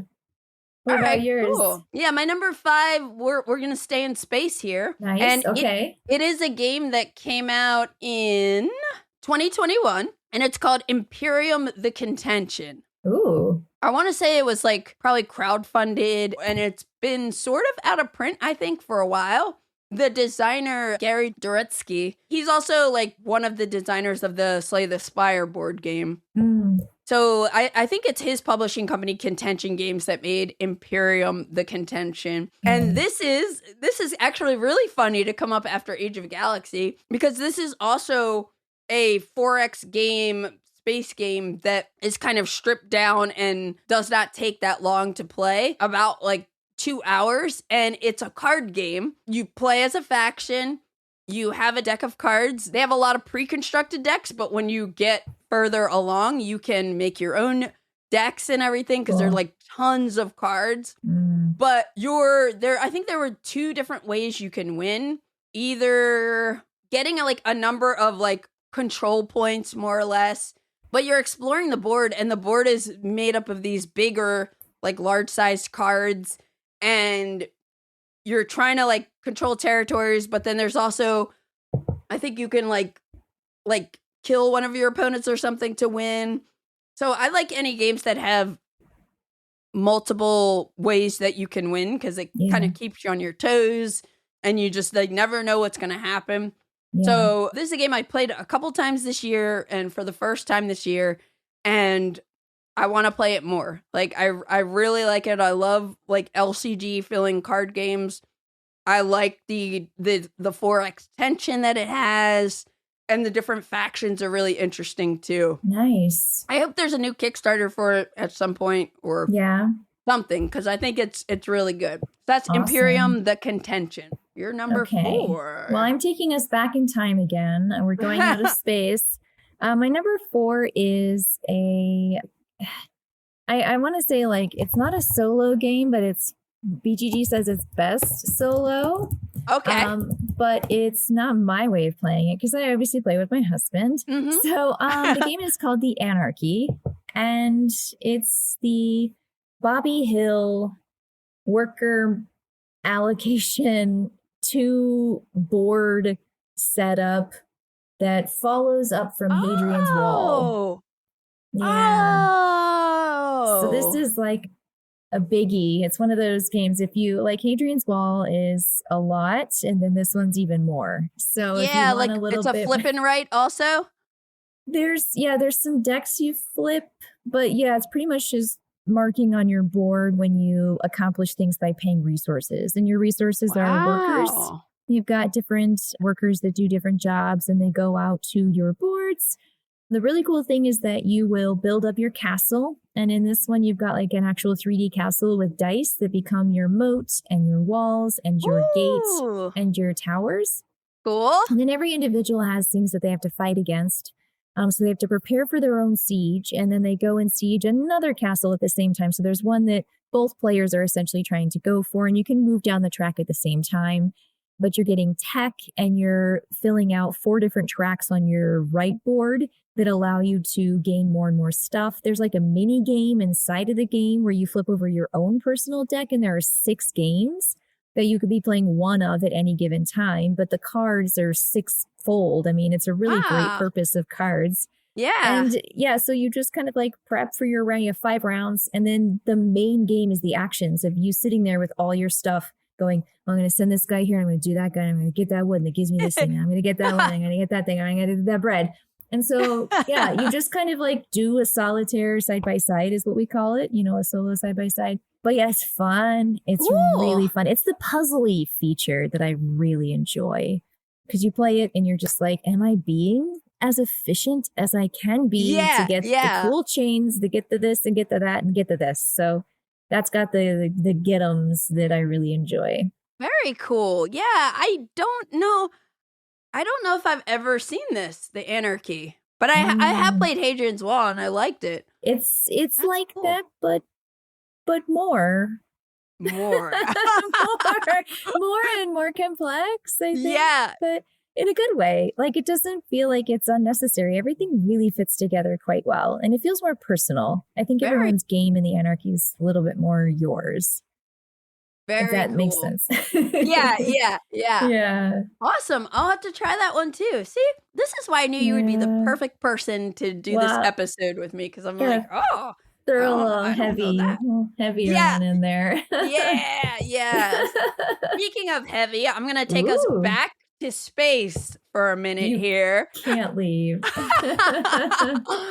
I can't leave space, but I can leave Earth, because my number 4 is Leaving Earth. Have you heard of Leaving Earth, or have you ever... I'm assuming you haven't played it based on that. I don't think I have. No. Okay, so Leaving Earth is a game that I picked up probably a couple years ago, but I played for the first time this year, and I love it. I bought a playmat. I'm 3D printed insert, everything. This game is very different. It is on the heavier side, but it's a game where each player is a space agency, and you're trying to mainly just accomplish goals, and you're trying to have the most points from like different goals that are on the table for your game. And it's like, oh, be the first to put a man on the moon, you know? But in order to do everything, you have to kind of build technology, plan. Like, you can't just have like a super like awesome rocket. No, you have to kind of like work up to that. You have to test the rocket, and then you can send it out, and then you have to have fuel for the rocket. When you take people out, you know, to different planets, and you have to be able to feed them. So it's a very much like almost like a logistics game of space exploration that like really doesn't feel like anything else. A lot of people play it solo, but when you play multiplayer, there is a way where like, if I have already started testing the technology to build some type of rocket, we can negotiate that I can like give that to you, and then you have that technology kind of to the level that I got it. And sometimes it's like completely tested. And so you're like, okay, cool. I'm able to fly this Apollo thing or whatever it is. But I'm pretty sure like a lot of it is based on real like science, and like it's all about kind of like managing risk, and you're trying to find the best ways to race again to achieve these goals. You're building different spacecraft, you're sending them out into the outer planets, and there's all sorts of stuff. And just as I'm thinking about it, I'm like, okay, maybe this is going to be my Christmas solo game. Oh, nice. Although I also want to try it with teams. Like, you can play with teams. I really enjoyed my play of a 3-player game of it. But yeah, it's very different. There's some math you have to do because you have to like measure like payloads, and I don't remember exactly. But sure. But it never felt as mathy as like people made it out to be, like when I actually played it. But yeah, Leaving Earth is super cool. I'm glad I finally played it this year. I love it, and I can't wait to play it more. That's awesome. It looks good. Thanks. Not that I made it, but. All right, you're number 3, Kimberly. Okay, my number 3 is only on recommendation for its cooperative variant. So this is a game I've played before now, but because this expansion came out, it was new to me this year. So it's Obsession Characters. I really do like Obsession a lot. Yeah. And Characters allows you to play cooperatively, and it's right now nigh to impossible. I'm hoping that Dan Halligan creates a way for you to beat this Sneed family, but it is really great change to the gameplay, which is typically competitive. Yeah. But when you play Obsession, you're essentially holding events and gaining tiles with all these fun cast of characters along with your family members. And so it's just this really clever system of expending workers, and then they kind of have to rest for a round, and then they come back to help out because you have to send out different workers to like help enhance the experience of the event. If it's like tea on the, patio or whatever. Totally. So, yeah, with this, you can play together and it allows you to share some of the basic resources and you're really working together. And I find that to be a really lovely shift because I'm a fan of the original, but this has kind of like all of that without the pressure of, trying to compete against each other. Yeah. And Obsession is great. Dan is awesome. Yeah, and I just love it. It's got that like Downton Alley Downton Abbey feel to it. Yeah, Sure. yeah. It's really cool. I don't think I even realized that the newest expansion made it cooperative because when you were saying that, I was thinking you were going to talk about Viticulture World. No. Have you tried that co-op expansion? No, I haven't. It's good. I've only played it once, but I really liked it. And cool. It seems like it has like a lot of variety. But yeah, I think like the next time I go to play Viticulture, like I would do the co-op expansion. Because I thought it was really, really cool. But I love that like games like Obsession and Viticulture have now like really cool co-op expansions. Exactly. And you feel, again, the pressure is more on this other family. They're like grimy and, they're called the Sneeds. And so you're kind of just like working against them and they are a real tough opponent. I've played several times and still never won. So it's one of those super challenging cooperative games, but you still get the feel for the game and you have a ton of fun playing it. Gotcha. Yeah, I was going to say like when you play with multiple people, are you trying to like beat a score, the Sneed family score? Yeah. Or do you have okay. And you have a certain way of scoring all of your stuff at the end that usually averages the players.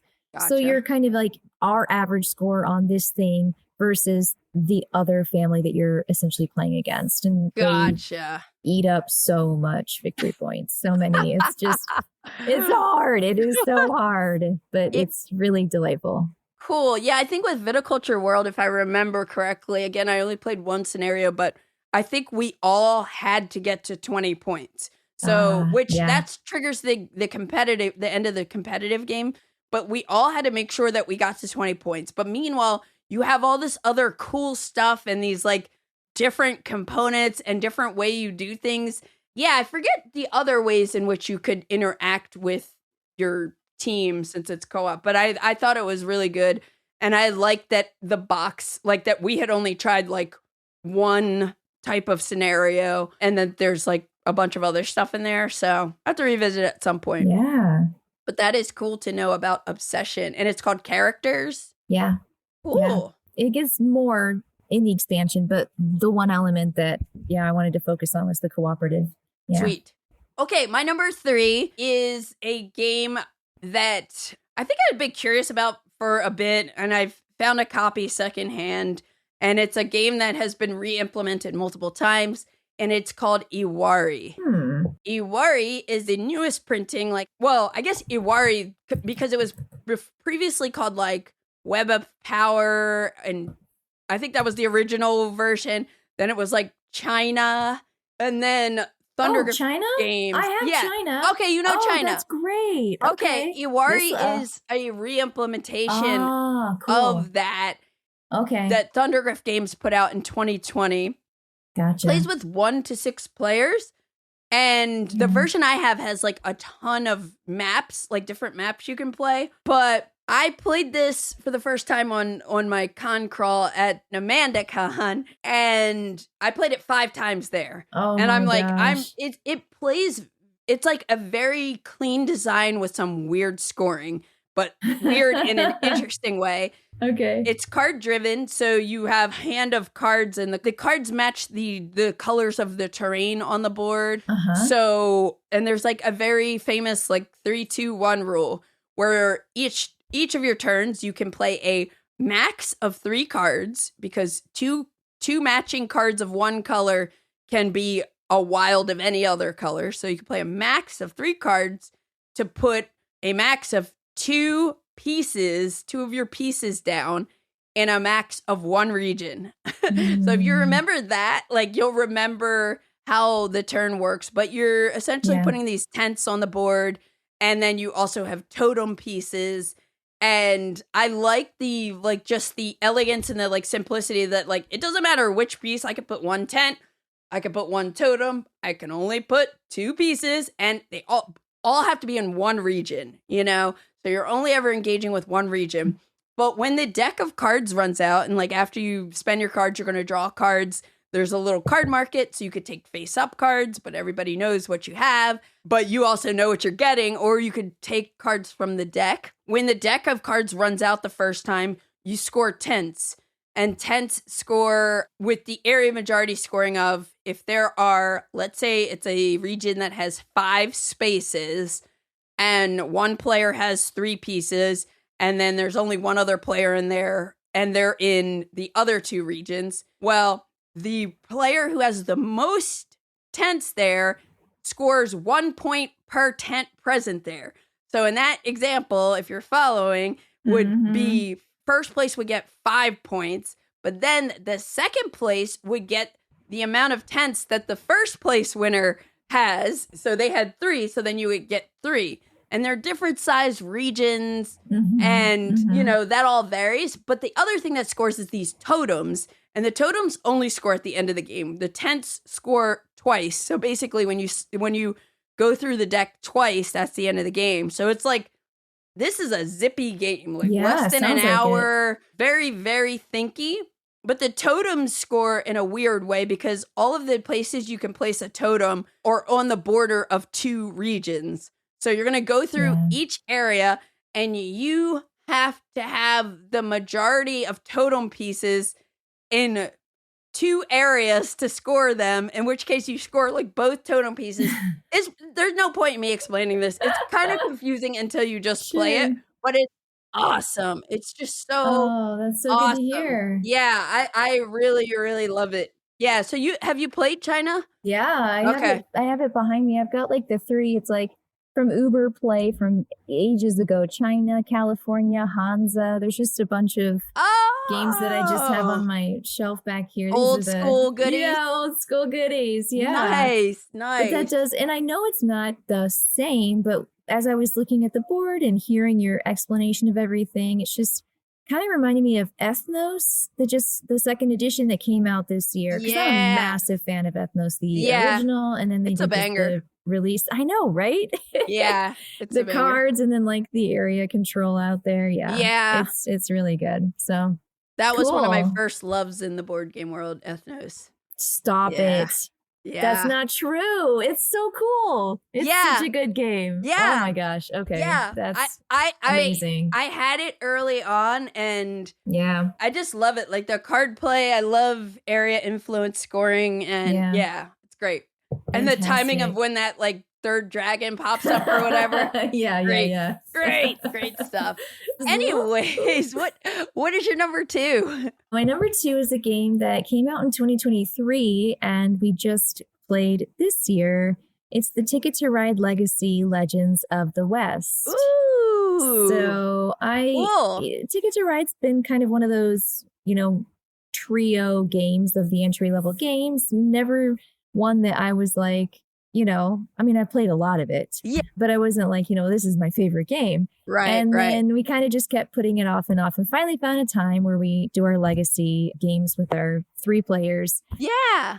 And boy, we had a fun time. The theme here is good. The discovery of the country is you kind of keep pushing west with adding tiles to make your map more and more rich with all the different stops and the different boxes you open with like cool secrets and little, again, mini games inside of the game.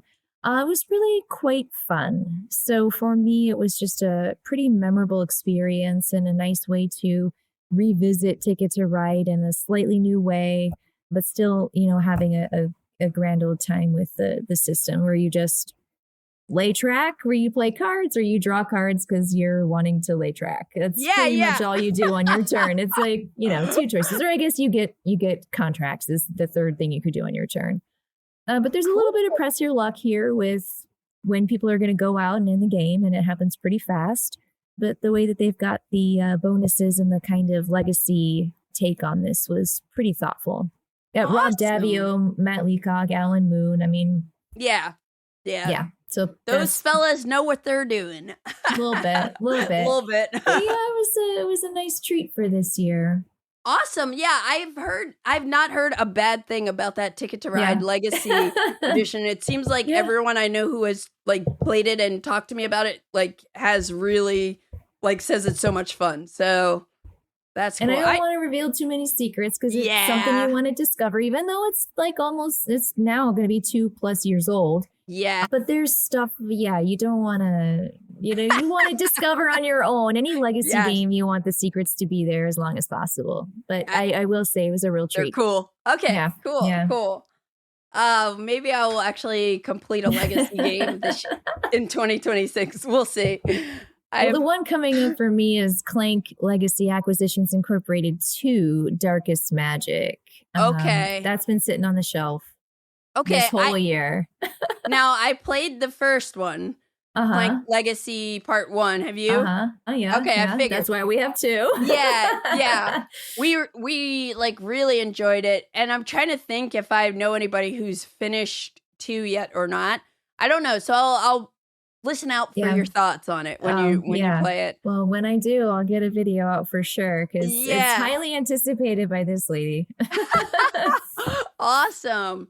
All right, my number 2 and number 1 were just like no-brainers for me. Nice. It doesn't always work out that way, but like number 2 is Primal the Awakening. Oh.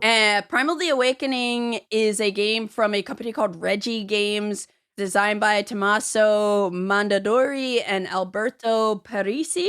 It came out in 2024, and it's a cooperative 1-to-4 player game. It's a boss battler, but it's like puzzly, and you have the boss in the center of this board that's like pretty much like a circle with 4 sectors. And the amount of cool things that happen in this game with this abstract board and some like terrain tokens and just varying the monsters that you're fighting against is like so cool. Like I'm for sure, like I'm in the midst right now of a campaign with my friend Steven, and I've played this game 13 times now, including the campaign game. Yeah, 13 times. First time was at the Gathering of Friends back in April. That's when I was like, ooh, this game is like really, really cool. Reggie Games ended up sending me a review copy of the base game with the expansions. I have been painting these giant, you paint too? Yeah, I just got into painting this year too. So these things are so fun to paint. And I bet. Yeah, so when we finish I think we're gonna wait till we finish the campaign at this point, because I think we're about, if we don't lose any more games, we're 4 games from finishing. Wow. Each boss has its own deck of cards, and they like respond to what you do. So it's not like a game where it's like, okay, it's a player turn, then the boss turn. No, it's like, oh, if we play an attack card, the next person who plays an attack card is going to trigger this card, and we're going to flip it over. And as you play the game, you kind of like learn, because their I think it's their behavior card deck isn't that big. So you will cycle through it multiple times. And so you can start to, and that's why it's like puzzly. Yeah. But it's the card play as a player, like you have a hero that has your own deck. And when you play the campaign, you're like unlocking stuff. You're buying like weapons. Yeah. It is like so good. It's so good. And it was very hard to decide between my number 1 and number 2, which one went where. But I think for reasons I had to put number 1 where it is. Okay. But this is definitely like one of my absolute favorite games that I've played this year. Most of our games come down to the wire where it's like, we're either gonna run out of time, or like there have been so many games where like Steven is playing more of a support role and I'm like the attacker. I have this like gunbow thing, and there have been many games where I have like got knocked out, like, and it's like, oh my gosh. And then there's a way you can like revive someone. And sometimes he's been able to revive me, and then I come in and like kill the monster, or other times he's able to do what he needs to do with me knocked out. And it's super. Highly recommend it if you it's a lot of stuff. So that's okay though. It's a lot of it takes up a lot of space. And I'll probably in the video show my like storage solution and everything. But it's just really, really fantastic. I think you would like it. It sounds a lot like Kinfire Chronicles Night's Fall. Never played that. It's got a system where you know what the baddie has the possibility of doing, but you don't know exactly what time they're going to do it. Yes. And so the battles are kind of like a little bit of, well, maybe we should prep, maybe we should do this, maybe we should move here. And it's a cooperative system. So I'm on board with this 100%. Yeah. And I'm telling you, like the terrain also, like, so when you fight bosses that have water terrain and spaces, water reduces the amount of cards you can play, and you're playing cards into like a sequence. And it's good. It's really good. Anyway, that's Primal the Awakening. So fantastic. Good, so good. Definitely not going to be for everyone, especially because it's got these huge minis, but it's very cool. It's, again, for the way the board is, how abstract it is, it really, really captures a lot of variance in the way the monsters behave and just with the terrain. So, yes. Okay. Kimberly, what is your number one game? So my number one game felt like maybe like yours, a no-brainer, but I don't have a copy of it, and it doesn't even come out until 2026. So it's like a future game. A future game. I'm so excited. It should be like Q1. Okay. But we were just heading down the BGG hall where they have all the exhibitors. And we stopped off at this place. Let me see if they've got their... the suspense is killing me! The game is a third in a series, and it's called Tembo, Survival on the Savannah. The first game in the series was called Aqua, and we actually bought that one and played that one. It's kind of like a modular sea game where you're building up these tiles that are together. But Tembo is a cooperative adventure where you have this starting position and an ending position in the savannah, and it's all empty until you start filling it in. So as you make your way with your elephant groups and your matriarch, I say your elephant groups, but your animal troops, each person I think plays a different animal. Okay. You are building a train or a track or a trail of these little critters on tiles that you play down or cards you play down. So your cards are multi-purpose and you can like turn them and play them, and you're navigating the savannah, stopping off at all these landmarks that you have to trigger, because in real life, elephants use landmarks as they travel through to know where they are and where to go and how to like find safety. So you've got this thing, but guess what? There's lions. So the lions are going to, there's two of them, and they they're terrifying because they come up and they like eat everything in a whole card or a whole space. If they're triggered. So you have a deck that you're working your way through, and that's the cards you draw.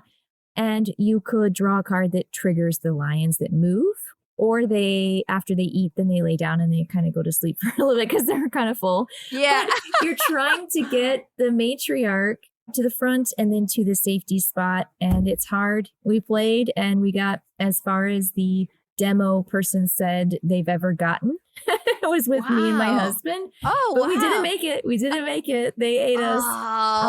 So I'm like dying to play it again because I want to win. I want to actually see this thing through. But you're just building this kind of like a puzzle. You're putting it together, and it's just a real delightful, cooperative game that I didn't think was going to charm me so much, and it did. Yeah. Ooh, cool. Yep. Tembo, Survival on the Savannah. Yeah. Cool. I have not heard of this one. And what did you say the previous game was? It's called Aqua. Let me look up and see. Ooh, and this has Vincent Dutrait art. Oh, yeah, for sure. That's not the game I was thinking of. Maybe it's not Aquatica. Let me see if that's not it either. Coral Reefs. Oh, There is a game that the company made called Aqua Biodiversity in the Oceans. That's it. It's got a subtitle. That's why I couldn't find it. So that's the one in the first, and there's one in the middle. And I didn't get the second one, but we got the Aqua Biodiversity, and then now Tembo's here.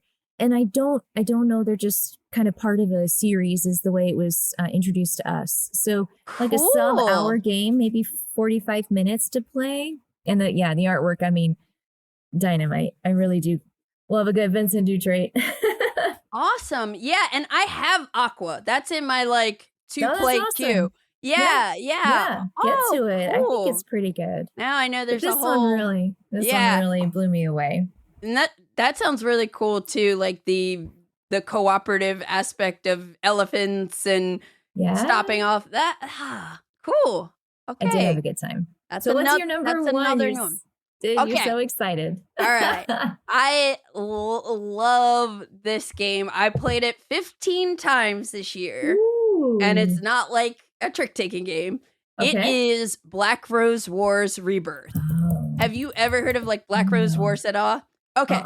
I had seen the box for Black Rose Wars, and it was funny because I almost was going to buy a secondhand copy of Black Rose Wars that was on a deal. But then as I was researching, I found out this Rebirth version existed. Yeah. And this is from Ludus Magnus Studio. It came out in 2023. Plays with 1 to 4 players.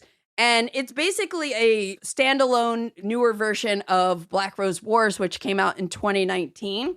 And in the game, everyone is a mage. You are basically, it's very competitive. It's a kind of a fantasy theme where mages... There's deck building, there's combat, there's a modular map setup. One of the things that I love about it is you play with these different schools of magic. And so that off the bat, depending on which schools you put into the game, is going to change up the feel of the game. But also you have a phase where you're going to get cards from the library. So whichever, I think you usually play with 6 decks, 6 different schools of magic. And so in this study phase, everybody is simultaneously getting a number of cards from any decks they want, pretty much. So you'll start specialized in one type of magic, and then you're getting cards so you can kind of zig and zag and craft your own spell book, more or less. Then you're programming the cards. So you program your spell cards. You get 2 physical actions, which you're going to use to move around the board typically, or to do a melee attack. But there are a couple different ways to score victory points. One is knocking out another mage. This is a game where, up front, it's expect to be knocked out, almost like a video game or something. And you're just going to respawn in your cell and come back out. But the way it works is when you deal damage to an opposing mage, you put your colored cubes on them. So when they get knocked out, there's area majority scoring. So whoever did the most damage is going to get 4 points. Whoever did second most gets 2. And anybody else who did anything, even if it was just a little tap, a little scratch, 1 point. So your points are also coming from the board. You're kind of improving these rooms on the map that are these giant hexes. Think of TI4 hexes or something. Yeah. But they'll also, when they fill up with cubes, there's a way you can put cubes on those. That's area majority scoring. So you have all these different ways to score points. You also have this Black Rose entity, which takes its own turn and adds a little spice to it, because the Black Rose could potentially deal damage to any of the regular players and adds some spice to the game, and also scores points. And it has happened where I played one game where Black Rose won. Yeah. You hate to see it, but it does happen. Sure. But for me, this game is all about, and it has minis too. I should say, because if you're not seeing this, you have minis. And there are, oh my gosh, I just thought about another thing I love about it. There are these evocations, these little minions that you can summon to the board, again, through card play, through spells, and you're going to put one of your bases on them, and you control them, and they have their own phase where they activate. And Like, just like the things you can do, lots of table talk, lots of interaction, lots of, well, yeah, you could kill me, but if you don't kill like that minion, then what I'll do is I'll attack that person with this one. And the programming of the spell cards is so fun also. And it's like that part is simultaneous and you don't know what kind of crazy stuff people are going to cast.